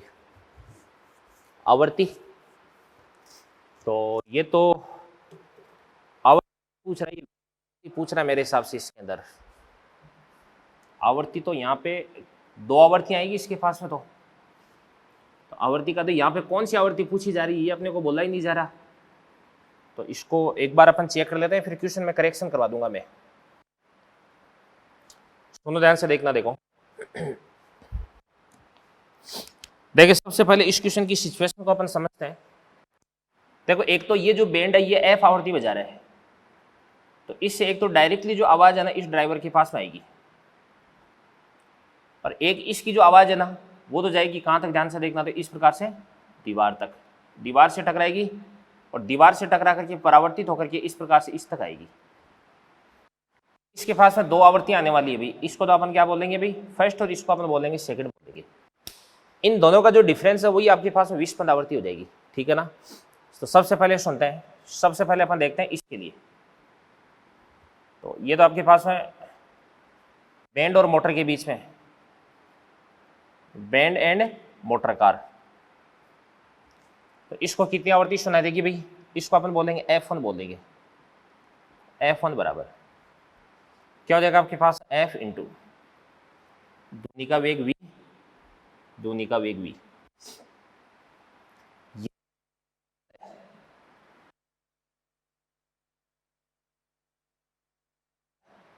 तो दूरी घटा रहा है, आवृत्ति बढ़ा रहा है, तो प्लस क्या हो जाएगा आपके पास? Vm। और ये ध्यान से देखना, देखो ये भी दूर की तरफ जा रहा है, तो ये दूरी बढ़ा रहा है, आवृत्ति घटा रहा है, तो प्लस क्या हो जाएगा आपके पास है? Vb। ये तो इसका काम हो गया अभी। अब ध्यान से देखना, देखो यहां से इसकी आवृत्ति कितनी भी F है, तो इससे कितनी आवृत्ति टकराएगी? इसको अपन बोलेंगे F डैश बोल देंगे। तो F डैश बराबर F इंटू V बटे V। ऑब्जर्वर तो आपका रेस्ट में, सोर्स है वो दूरी घटा रहा है, तो माइनस क्या हो जाएगा आपके पास में? बताओ, ये आपके पास में Vb हो जाएगा अभी। अब अगर इससे F डैश है वो टकराएगी, तो F डैश यहां से परावर्तित होगी, बट इसको कितनी मिलने वाली? इसको मिलने वाली मान के इसलिए F2 मिलने वाली है। तो अब अपन लिख देते हैं F2, लिख देते हैं F2। तो F2 बराबर कितना हो जाएगा अभी? आने वाली कितना हो जाएगी? F dash. तो F डैश बराबर कितना हो जाएगा आपके पास? F into V upon V minus क्या हो जाएगा? Vb हो जाएगा। ये तो आने वाली होगी, ऊपर भी V लिख देंगे, नीचे भी अपन क्या लिख देंगे? भी V लिख देंगे, ठीक है ना। ध्वनि यहां से आ रही, तो ये तो आपका सोर्स हो गया, तो नीचे कुछ नहीं आएगा। जो ऑब्जर्वर है ना वो Vm से इसकी तरफ जा रहा है, Vm से जा रहा है अभी, तो ये दूरी घटा रहा है, आवृत्ति बढ़ा रहा है, तो प्लस क्या हो जाएगा आपके पास में? इसको अपन बोलेंगे Vm बोल देंगे। तो अगर अपन इसको फर्दर सोल्व करते हैं तो ये आपके पास में क्या बन जाएगा? देखिएगा, यहाँ पे इस V से अपन क्या करते हैं? इस V को काट देंगे, तो ये आपके पास हो जाएगा F इंटू V प्लस क्या हो जाएगा? Vm अपॉन V माइनस क्या हो जाएगा आपके पास में? Vb हो जाएगा, ठीक है ना। अब एक तो ये F2 अगर एक आपके पास F1 हो गया, तो इन दोनों का डिफरेंस कर देते हैं अपन, ठीक है ना। तो यहां पे कर रहा हूं, देखो ध्यान से मैं, विस्पंद आवृत्ति दोनों के अंतर के बराबर हो जाएगी। तो इसको अपन क्या लिख सकते हैं? डेल्टा ए बराबर F2 माइनस क्या हो जाएगा आपके पास? F1। तो F2 कितना हो जाएगा आपके पास? बताओ, F इंटू V प्लस क्या हो जाएगा? Vm और V माइनस क्या हो जाएगा आपके पास में? Vb। और माइनस F1 बराबर कितना हो जाएगा? F, और इसके बाद में V प्लस क्या हो जाएगा आपके पास में? Vm और V प्लस क्या हो जाएगा आपके पास में? Vb हो जाएगा। अब यहां से अपन एक काम करते हैं अभी, देखिएगा ध्यान से, देखो क्या करते हैं अपन, इसको बाकी आगे तो सोल्व कर ही लोगे आप, थोड़ी सी लंबी कैलकुलेशन है। तो यहाँ पे एलसीएम ले लेंगे अपन, तो एलसीएम क्या बन जाएगा आपके पास में? ध्यान से, V माइनस वीबी, V प्लस वीबी, तो V स्क्वायर माइनस वीबी स्क्वायर बन जाएगा, एलसीएम बन जाएगा, ठीक है ना। और बाकी इसको सोल्व करना बहुत ही आसान है, कोई दिक्कत वाली बात नहीं है भाई, ठीक है ना। तो कर लेना आप इसको आराम से सोल्व, कोई दिक्कत नहीं है। ये आपका आंसर आ गया अभी। तो यहाँ पर इस क्वेश्चन के अंदर ध्यान से देखना, ये तो थर्ड ऑप्शन आएगा या फोर्थ ऑप्शन आएगा, सोल्व करने से पता चल जाएगा वो। तो सुनी जाने वाली आवर्ती नहीं है, विस्पंद आवृत्ति के लिए व्यंजक, तो 83 में विस्पंद आवृत्ति कर देना भैया आप, ठीक है ना। तो ये आपकी स्टेज फर्स्ट फिनिश होगी। चलिए बच्चों, अपन आते हैं स्टेज सेकंड पे। सबसे पहले अपन देखते हैं क्वेश्चन नंबर 22 क्या कह रहे हैं, देखो ध्यान से। दो बंद पाइप अपने मूल विधाओं में 10 विस्पंद प्रति सेकंड उत्पन्न करते हैं, इनकी लंबाइयों का अनुपात कितना हो जाएगा? 25:26। अपन जानते हैं कि n, जो n होता है वो l के क्या होता है? अभी व्युत्क्रमानुपाती होता है। और यहां से आपके पास L1 बटे L2 बराबर कितना देर का आपके पास में? 25:26। तो अब ध्यान से देखना, देखो दोनों में विस्पंद है, तो अगर आपके पास n1 बराबर कितना हो जाएगा? अभी n1 बराबर आपके पास हो जाएगा 10, नहीं n1 बराबर n मान लो, तो यहां से आपके पास n2 बराबर कितना हो जाएगा? 2 की लंबाई ज़्यादा तो आवृत्ति कम हो जाएगी, तो n-10 बोल दो इसको आप। तो अपन लिख सकते हैं, आंसर देखना, देखो 25/26 बराबर n-10/n। क्रॉस मल्टीप्लाई करके n की वैल्यू फाइंड आउट कर लेना और n-10 की वैल्यू फाइंड आउट कर लेना। 22वां क्वेश्चन फिनिश हो गया। 22वें के बाद में अगला क्वेश्चन अपना 29 क्या कह रहा है, ध्यान से देखना, देखो ध्वनि तरंगे दो रास्ते से जा रही है, एक तो सीधे पथ से तथा दूसरा अर्धवृत्त से जिसकी त्रिज्या r है, जैसा कि चित्र में दर्शाया गया है। ओके, एक साथ अध्यारोपित होती सीधे पाइप में यदि ध्वनि का वेग v है तो इसकी आवृत्ति अधिकतम आयाम पर होगी। ध्वनि का वेग v है तो इसकी आवृत्ति अधिकतम आयाम पर होगी। बात सुनना भी, देखो अभी मैंने आपको थोड़ी देर पहले ऐसा क्वेश्चन करवाया था कि दोनों के बीच में जो पथांतर है वो पथांतर कितना हो जाएगा अभी, ये आपके पास हो जाएगा π-2 × r, भाई πr-2r, ये आपके पास में पथांतर आ जाएगा। और जो पथांतर है वो कितना हो जाएगा आपके पास में, तो n लैम्डा, ठीक है ना। अब अपन जानते हैं कि v बराबर क्या होता है आपके पास है, न्यू इंटू लेमडा। यहाँ पे न्यू क्या भी फ्रीक्वेंसी है, तो यहाँ से लेमडा को अपन क्या लिख सकते हैं, लेमडा को v अपॉन क्या होता है आपके पास है, न्यू। इसको अपन लिख सकते हैं π-2 इंटू क्या हो जाएगा आपके पास r बराबर n। लेमडा को अपन क्या बोलेंगे, v अपॉन, ये आपके पास न्यू हो गया अभी। यहाँ से आपके पास न्यू बराबर क्या बन जाएगा, ध्यान से देखना, देखो n-v अपॉन π-2 इंटू क्या हो जाएगा आपके पास r, ठीक है ना। n की वैल्यू 1, 2, 3, 4 कुछ भी पुट कर सकते हैं अपन, तो n की वैल्यू 1 पुट कर देंगे तो v अपॉन π-2 इंटू r आ गया ना आंसर, कोई दिक्कत ही नहीं है, ठीक है ना। तो फर्स्ट ऑप्शन ये आपका सही जा रहा है। 29 आपका सोल्व हो चुका है। और 29 के बाद में अगला क्वेश्चन जो मैंने आपको टिक करवाया था,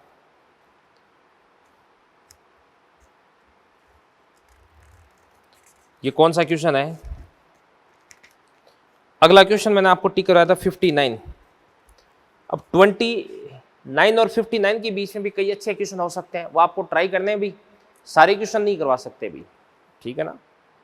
तो क्वेश्चन नंबर 59 देखते हैं अपन। देखो, किसी अस्पताल में ऊतकों के ट्यूमरों का पता लगाने के लिए पराश्रव्य स्कैनर का उपयोग किया जाता है। उस ऊतक में ध्वनि की तरंग दैर्ध्य कितनी है, जिसमें ध्वनि की चाल कितनी हो जाएगी भी, भाई आपको v दे रखा है और यहाँ पे फ्रिक्वेंसी आवृत्ति दे रखी है, तो चाल ज्ञात करनी है भी आपको। तो तरंग दैर्ध्य पता करनी है, तो v बराबर क्या होता है आपके पास, n इंटू लेमडा। तो लेमडा बराबर कितना देगा आपके पास में, v/n। तो v कितना देगा आपके पास 1.7 किलोमीटर पर सेकेंड, और n कितना देगा आपके पास 4.2 मेगा, यानी 10⁶। सॉल्व कर देना, बहुत ही आसान क्वेश्चन है ये तो। अगला क्वेश्चन अपन देखते हैं, क्वेश्चन नंबर 68। 68 देखो ध्यान से क्या करे। स्टेशन यार्ड में खड़ी कोई रेलगाड़ी शांत वायु में 400 हर्ट्ज की आवृत्ति की सीटी बजा रही है। तभी 10 मीटर पर सेकंड चाल से यार्ड से स्टेशन की ओर वायु बहने लगती है। स्टेशन यार्ड में खड़ी कोई रेलगाड़ी शांत वायु में 400 हर्ट्ज की आवृत्ति बजाती है। तो आपके पास ट्रेन होगी और ये 400 हर्ट्ज की सीटी बजाती है, और ये अभी सोर्स है, तो ये Vs बराबर कितना भी 0 है, खड़ी है। 10 मीटर पर सेकंड चाल से यार्ड में स्टेशन की ओर हवा बहने लगती है, तो ये आपके पास में क्या हो जाएगी, स्टेशन हो जाएगी। ये हवा बह रही है किससे, 10 मीटर पर सेकंड से, ठीक है ना।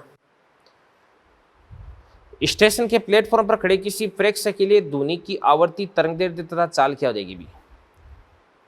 अब बात सुना भी, ध्वनि की आवृत्ति, तरंग दैर्ध्य तथा चाल। यहां पे कोई आदमी खड़ा है, तो यहाँ पे सोर्स और ऑब्जर्वर इन दोनों के बीच में कोई सापेक्ष गति तो हो ही नहीं रही है, तो आवृत्ति कितनी हो जाएगी आपके पास है 400 हर्ट्ज, और ध्वनि की चाल कितनी भी 340 है ना, तो 340 तरंग दैर्ध्य कितनी हो जाएगी, तरंग दैर्ध्य हो जाएगी आपके पास है लेमडा बराबर v बराबर n लेमडा होता है ना, तो लेमडा बराबर कितना देगा आपके पास में v/n। v कितना देगा 340/n कितना देगा आपके पास है 400। सोल्व कर देना भी।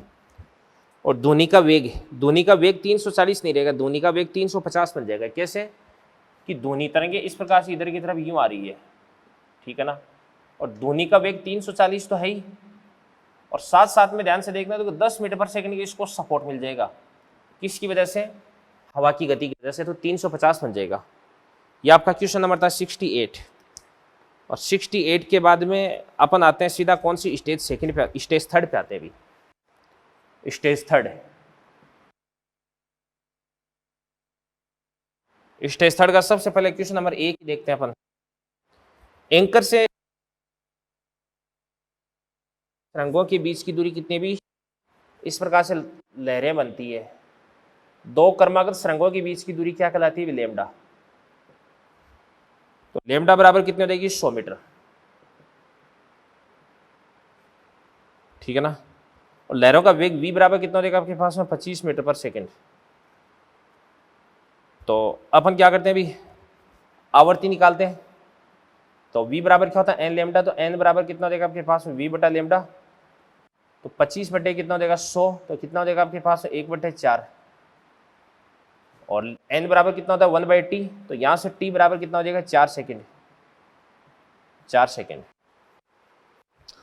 अब ये कह रहा है कि नाव की लहरों के साथ क्रमागत 2 बार ऊपर उठने के बीच का समयांतराल कितना हो जाएगा? तो एक बार तो यहां पर ऊपर उठती है, और फिर उसके बाद में एक बार इस प्रकार से नीचे जाकर के एक बार यहां पर ऊपर उठती है। तो इन दोनों के बीच का समयांतराल कितना होता है? t होता है। तो 4 सेकंड आंसर आ जाएगा। इसी प्रकार से क्वेश्चन नंबर 2 क्या कहता है? देखो से क्वेश्चन नंबर 2 अपन इधर की तरफ शुरू कर देते हैं।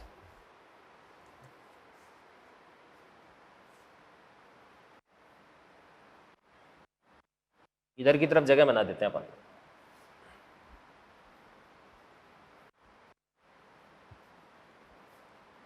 क्वेश्चन नंबर 1 आपका फिनिश हो गया। क्वेश्चन नंबर 2 देखते हैं अपन, देखिएगा। तो क्वेश्चन नंबर 2 क्या कह रहा है? ये कह रहा है कि 200 मीटर पर सेकंड के वेग से क्षैतिज गतिमान वायुयान से ध्वनि उत्पन्न होती है, जिसकी प्रति ध्वनि 10√5 सेकंड पश्चात सुनाई देती है। वायु में ध्वनि का वेग इतना है, तो वायुयान की ऊंचाई कितनी हो जाएगी भाई? यहाँ पे कोई एरोप्लेन है जो कि इस प्रकार से कोई साउंड प्रोड्यूस करता है। इसकी ध्यान से देखना, देखो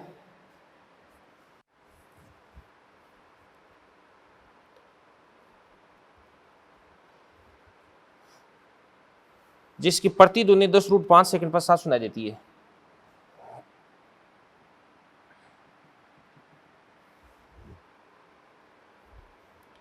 इसका वेग कितना देगा आपके पास है? 200। और अब ध्यान से देखना, देखो इससे ध्वनि इस प्रकार से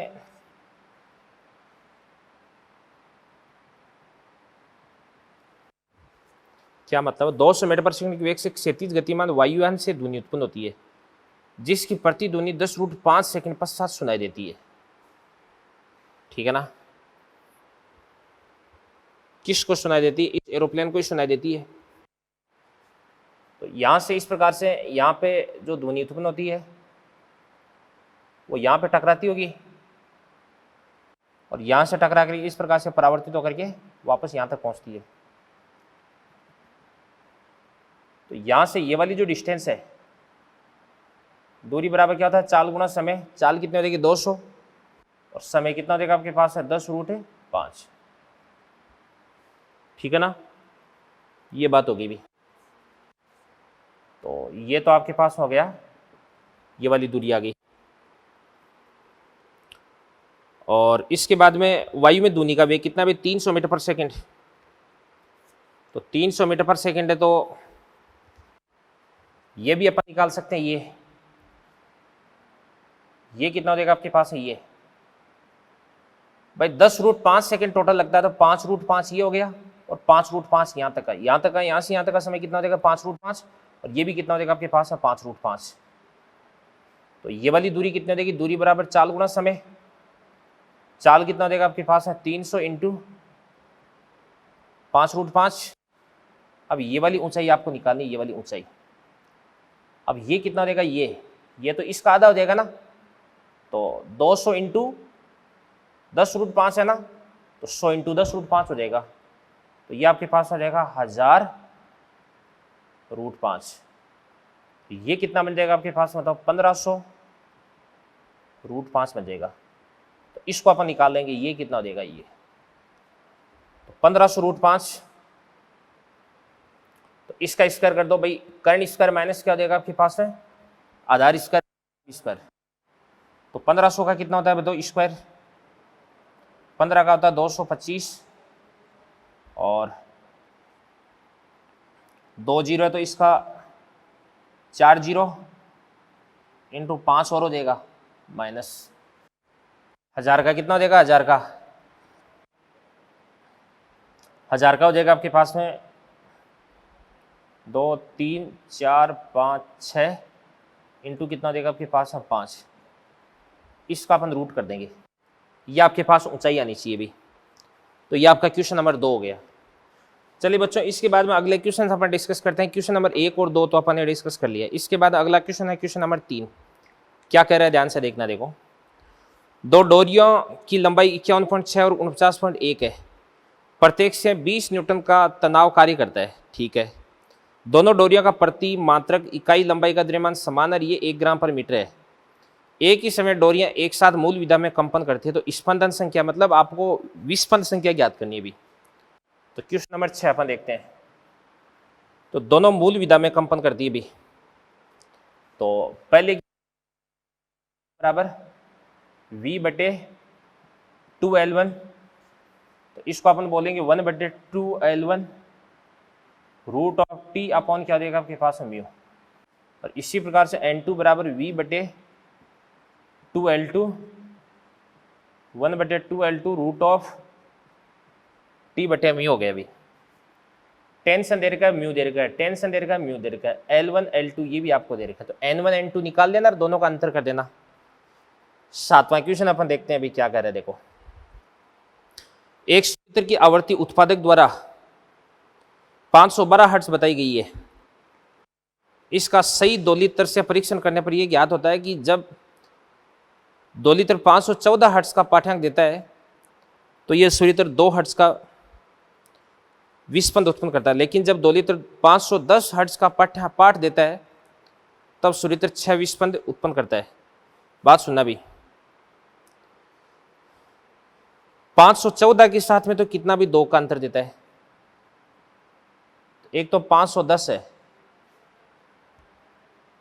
एक तो 510 हर्ट्ज और एक आपके पास में 514। ठीक है ना। तो 510 के साथ में तो कितना भी 6 का अंतर देता है और 514 के साथ में कितने का भी 2 का देता है। तो वास्तव में जो आवृत्ति वो कितनी हो जाएगी आपके पास में 516 हो जाएगी। सीधा सीधा समझ में आ रहा है, क्योंकि इसके साथ में इसका अंतर 6 का, इसके साथ में इसका अंतर कितने का है 2 का। तो 516 हर्ट्ज इसका आंसर आ जाएगा। ठीक है ना। इसके बाद अगला क्वेश्चन अपन देख, आपके पास में 23वां क्वेश्चन अपन देखने जा रहे हैं। यहां पे देखो 23वां क्वेश्चन 23।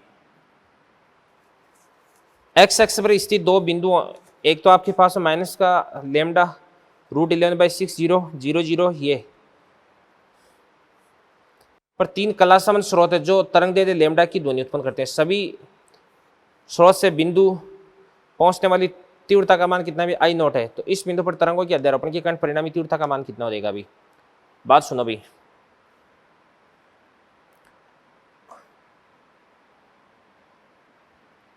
देखो 3 सोर्स आपके पास में कहां पे, पहला कहां पे हो जाएगा माइनस का यहां पे,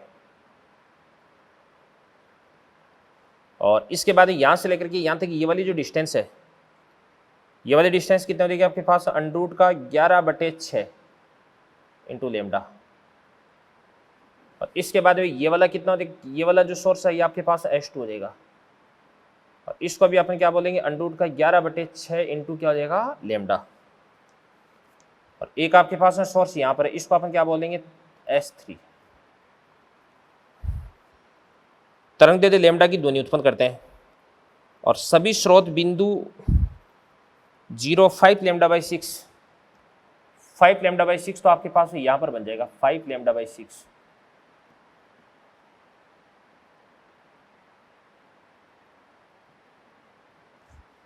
तो तीव्रता का मान कितना हो जाएगा, आई नोट हो जाएगा। तो बिंदु पर अध्यारोपण के कारण परिणामी तीव्रता का मान आपको बताना है अभी, ठीक है ना। तो ये अपन बताते हैं, देखो ध्यान से कैसे बता सकते हैं अपन कि एक तो आपके पास एस, एक आपके पास H2 हो गया, S1 और H2, इन दोनों के बीच में जो कलांतर है वो कितना हो जाएगा अभी, इन दोनों के बीच में पथांतर 0 देगा अभी भाई। ये मान लो आपके पास में पॉइंट P हो गया, तो यहाँ पर आपके पास S1P बराबर क्या हो जाएगा आपके पास H2P। इस कारण से इन दोनों के बीच में जो पथांतर है वो कितना हो जाएगा 0। अब अपन एक काम करते हैं अभी, इसके पथ की लंबाई और इसके पथ की लंबाई में अंतर निकालते हैं। तो कैसे निकाल सकते हैं अभी, सबसे पहले ये वाली लंबाई निकालते हैं, या ये वाली लंबाई निकाल दो, ये वाली लंबाई कितनी हो जाएगी, ये आपके पास हो जाएगी 5 लैम्डा बाई 6 का स्क्वायर, तो 25 लैम्डा स्क्वायर बाई क्या देगा आपके पास है 6, प्लस कितना देगा आपके पास में 6 नहीं 36 होगा अभी, 36 11 लैम्डा स्क्वायर बटे कितना देगा आपके पास है 36, 25 और 11 36, 36 बटे 36 लैम्डा स्क्वायर का क्या हो जाएगा आपके पास है लैम्डा। ये आपके पास में कितना हो जाएगा अभी, लैम्डा हो जाएगा लैम्डा। सुनना ध्यान से देखना, देखो यहां से जो तरंग चलती है उसकी लंबाई, ये वाली लंबाई कितनी हो जाएगी आपके पास है लैम्डा, और ये कितना हो जाएगी आपके पास है 5 लैम्डा बाई 6। तो लैम्डा और 5 लैम्डा बाई 6 इन दोनों के बीच में भाई अपन बोल सकते हैं S1 तथा S3 में पथांतर बराबर, S1 की लंबाई कितना देगी लैम्डा, और इसकी लंबाई कितना देगी आपके पास है 5 लैम्डा बाई 6, तो ये आपके पास में क्या देगा लैम्डा बाई 6 हो जाएगा। और कलांतर की अगर अपन बात करते हैं, कलांतर बराबर कितना होता है आपके पास में 2 पाई बटे लैम्डा इंटू पथांतर, तो कितना हो जाएगा लैम्डा बाई 6, लैम्डा से लैम्डा को काट दो तो ये आपके पास में पाई बाई 3 आ जाएगा अभी। अब अपन क्या करते हैं, इसका फेजर डायग्राम बनाते हैं। कैसे फेजर डायग्राम बना सकते हैं, देखो यहां पे अपन ऐसे बोल सकते हैं कि S1 और S3 ये दोनों, इन दोनों की डायरेक्शन तो सेम है भाई, इन दोनों की तो कला क्या हो जाएगी, समान हो जाएगी। सॉरी S1 और S2, जो S3 है इसकी कला इसके साथ में कितने हो जाएगी भी पाई बाई 3। पाई बाई 3 कितना होता है अभी 60 डिग्री होता है, तो इसको अपन 60 डिग्री एंगल पे बना देंगे, तो ये आपके पास 60 डिग्री हो गया अभी। तो ये आपके पास में क्या हो जाएगा अभी S3 हो जाएगा। अब इसकी जो तीव्रता है वो भी कितनी हो जाएगी आपके पास आई नॉट, इसकी तीव्रता भी आई नॉट, और इसकी तीव्रता भी कितनी हो जाएगी आपके पास आई नॉट। तो ये आपके पास में, तो इन दोनों रिजल्टेंट तो कितना हो जाएगा आपके पास में 4 आई नॉट हो जाएगा। कितना हो जाएगा 4 आई नॉट, ठीक है ना। तो ये अपन एक काम और कर सकते हैं, आयाम से भी अपन इस सकते हैं, आयाम से मान लो इसका आयाम कितना हो जाएगा आपके पास a, और इसका आयाम भी कितना हो जाएगा आपके पास a।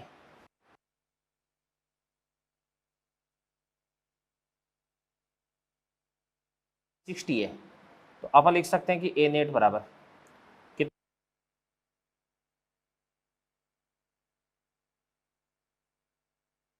+2, ये आपके पास में a1 a2, तो a1 कितना हो जाएगा 2a इंटू a, तो क्या बन जाएगा आपके पास 2a स्क्वायर, और cos 60 कितना होता है आपके पास 1/2। इसका अपन क्या कर देंगे रूट कर देंगे, तो यहां से 2 से अपन क्या करेंगे 2 को काट देंगे,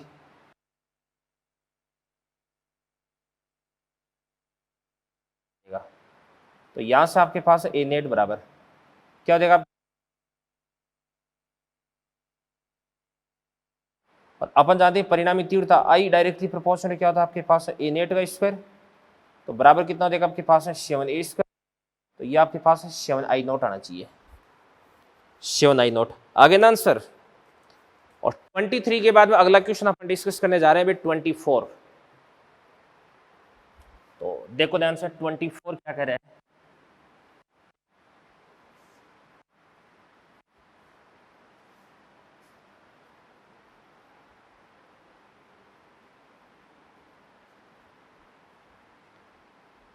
24 अपन डिस्कस करते हैं, देखो ध्यान से। ये क्या कर रहा है, किसी पर्याप्त लंबाई का खुला पाइप 20 साल से पानी में डूब रहा है, किसी क्षण पानी से ऊपर इसकी लंबाई कितनी भी एल है, ठीक है ना। तो आवृत्ति किस दर से परिवर्तित हो रही है, ये तो क्वेश्चन मैंने आपको करवा रखा है भैया ना, 24 तो करवा रखा है। इसके बाद है 27 अपन देखते हैं क्या करे।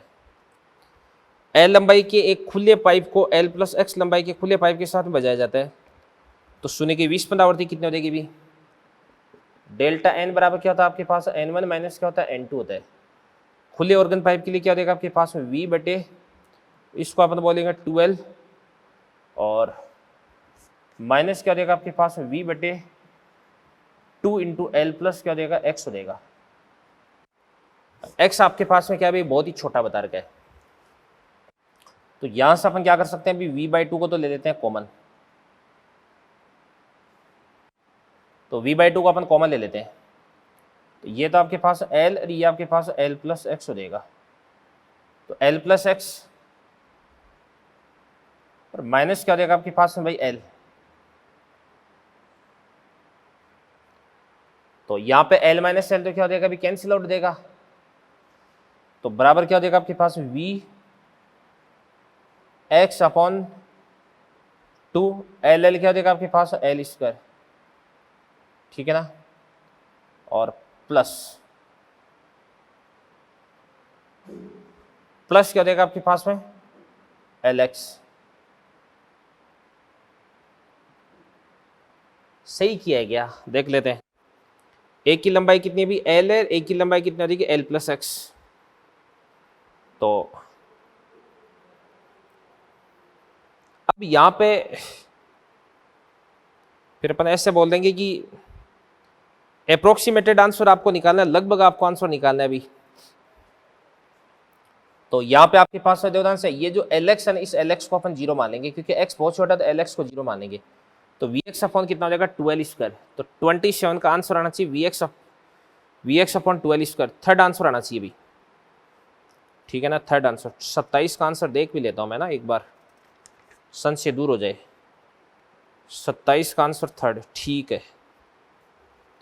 इसके बाद में अगला क्वेश्चन है भाई, क्वेश्चन नंबर 30।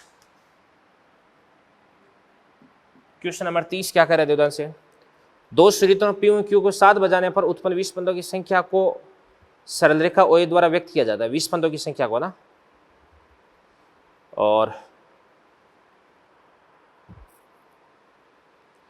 Q को मोम से बारित करके पुनः दोनों को एक साथ बजाया जाता है,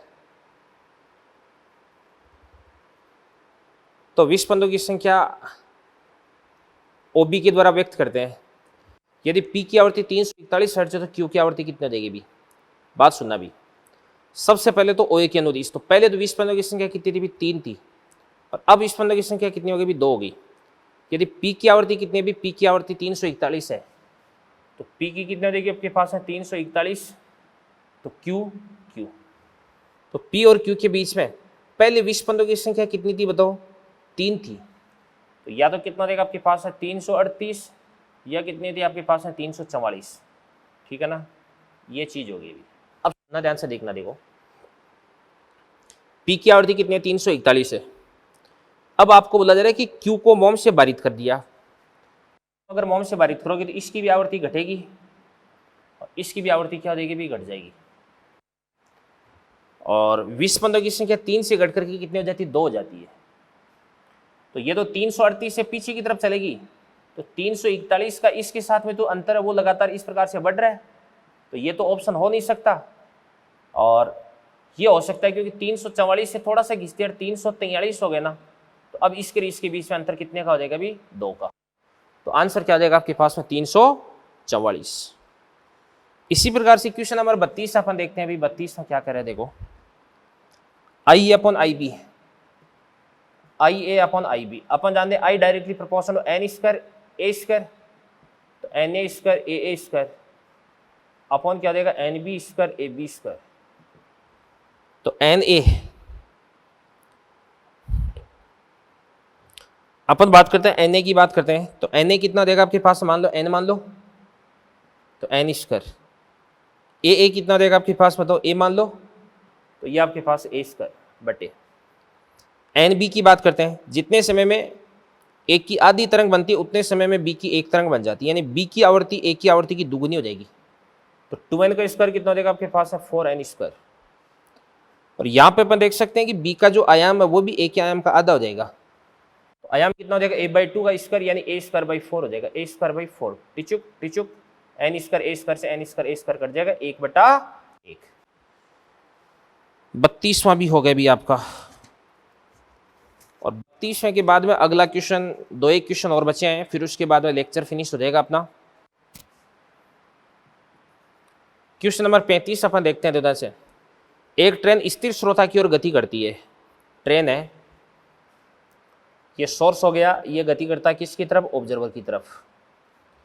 तो श्रोता द्वारा प्रेक्षित आवृत्ति f का समय के फलन के साथ, भाई सुनो ध्यान से देखना, आवृत्ति f की बात करते हैं। मान के चलेगा ये तो इसके द्वारा उत्पन्न की गई मूल आवृत्ति f0 हो जाएगी, ये तो आपके पास f0 हो गई। तो जब ये इसको अप्रोच करती तब तो आवृत्ति बढ़ी हुई प्रतीत होगी, जब इसको पार करके दूर चली जाएगी तो आवृत्ति घटी हुई प्रतीत होती है। तो ऐसा ग्राफ देख लो कौन सा जा रहा है, सेकंड ग्राफ जा रहा है। अभी 35वां ग्राफ, 35वां क्वेश्चन आपका फिनिश हो गया। चलो एक लास्ट क्वेश्चन अपना बच रहा 36 नंबर का क्वेश्चन, वो भी अपन करते हैं और उसके बाद में मॉड्यूल डिस्कशन को विराम देते हैं फिर अपन।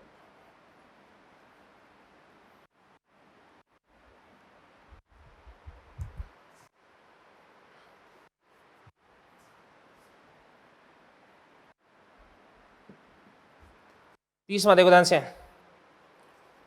एक संसूचक को स्थिर अवस्था से f0 बराबर 10⁻³ हर्ट्ज आवृत्ति की स्रोत के ऊपर गिराया जाता है। संसूचक द्वारा t समय पर प्रेक्षित आवृत्ति को ग्राफ से दर्शाया जाता है, तो हवा में ध्वनि की चाल कितनी हो जाएगी भी। तो बात सुनना भी, ऐसा है कि t बराबर 30 पर संसूचक यानी सोर्स है, सोर्स को हो गया, तो t बराबर 30 पर इसका v बराबर कितना दे u plus A T, u कितना देगा 0 प्लस a कितना आपके पास है 10 और t कितना देगा आपके पास है 30, तो इसका वेग कितना देगा आपके पास है 300 मीटर पर सेकंड हो गया अभी। तो हवा में ध्वनि की चाल ज्ञात करनी है। और t बराबर 30 पर प्रेक्षित आवृत्ति कितना देगा आपके पास है 2000, तो n डेज बराबर कितना देगा आपके पास है 2000 बराबर n कितना देगा आपके पास है 1000। ध्वनि का वेग आपको मालूम करना है तो v लिख देते हैं, आपका रेस्ट में, और किससे भी 30 से 300 से, तो माइनस क्या देगा आपके पास है 300, माइनस 300 देगा क्या भाई। ये सोर्स है ना, ये पास में आ रहा है तो दूरी घट रही तो आवृत्ति बढ़ेगी, तो आवृत्ति बढ़ने के लिए यहाँ पे माइनस का साइन लगा देंगे। सोल्व करके आप v की वैल्यू तो फाइंड आउट कर ही सकते हो। तो बच्चों ये आपका वेव थ्योरी का मॉड्यूल अपन ने कंप्लीट डिस्कस कर लिया है। वेव थ्योरी और फ्लूइड मैकेनिक्स का मॉड्यूल अपन ने इस लेक्चर में डिस्कस किया है। तो काफ़ी सारे क्वेश्चंस अपने को सोल्व करने थे, ठीक है ना। अब वेव थ्योरी की जो थ्योरी है उस थ्योरी के दौरान और फ्लूइड मैकेनिक्स की थ्योरी के दौरान मैंने आपको काफ़ी सारे क्वेश्चंस कवर अप करवा दिए हैं, बहुत सारे क्वेश्चंस आपको करवाए। और अगर आप नीट का पेपर उठा के देखते हैं तो आपको खुद को ये रियलाइज होगा कि अपन जो भी पढ़ रहे हैं वो मोर देन सफिशिएंट है, ठीक है। नीट का पेपर अगर टफ से भी टफ आ जाए ना तो भी ये मान लो कि अपनी कॉपी, ये बात तो खैर कहना थोड़ा सा मतलब गलत होगा, बट ये मान लो कि जो भी चीज़ें पढ़ाई है वो आपकी कॉपी के आसपास ही रहेगी भी, ठीक है ना। एग्जैक्ट डिट्टो क्वेश्चन की गारंटी तो नहीं होती, बट कंसेप्ट कभी भी बाहर नहीं आएगा भी, ठीक है ना बच्चों। तो एकदम बिल्कुल आपको जो एग्जाम ओरिएंटेड चीज़ है वही पढ़नी है भी आपको, ठीक है ना। ऐसा नहीं कि फालतू की अनस्टैंड की चीज़ें अपन पढ़ रहे हैं और ग्राउंड से अपनी जो कनेक्टिविटी है वो कट रही है, ठीक है ना। तो फिर मिलते हैं अगले माइनर में। Thank you very much, all the best, अच्छे से माइनर पेपर दो भाई।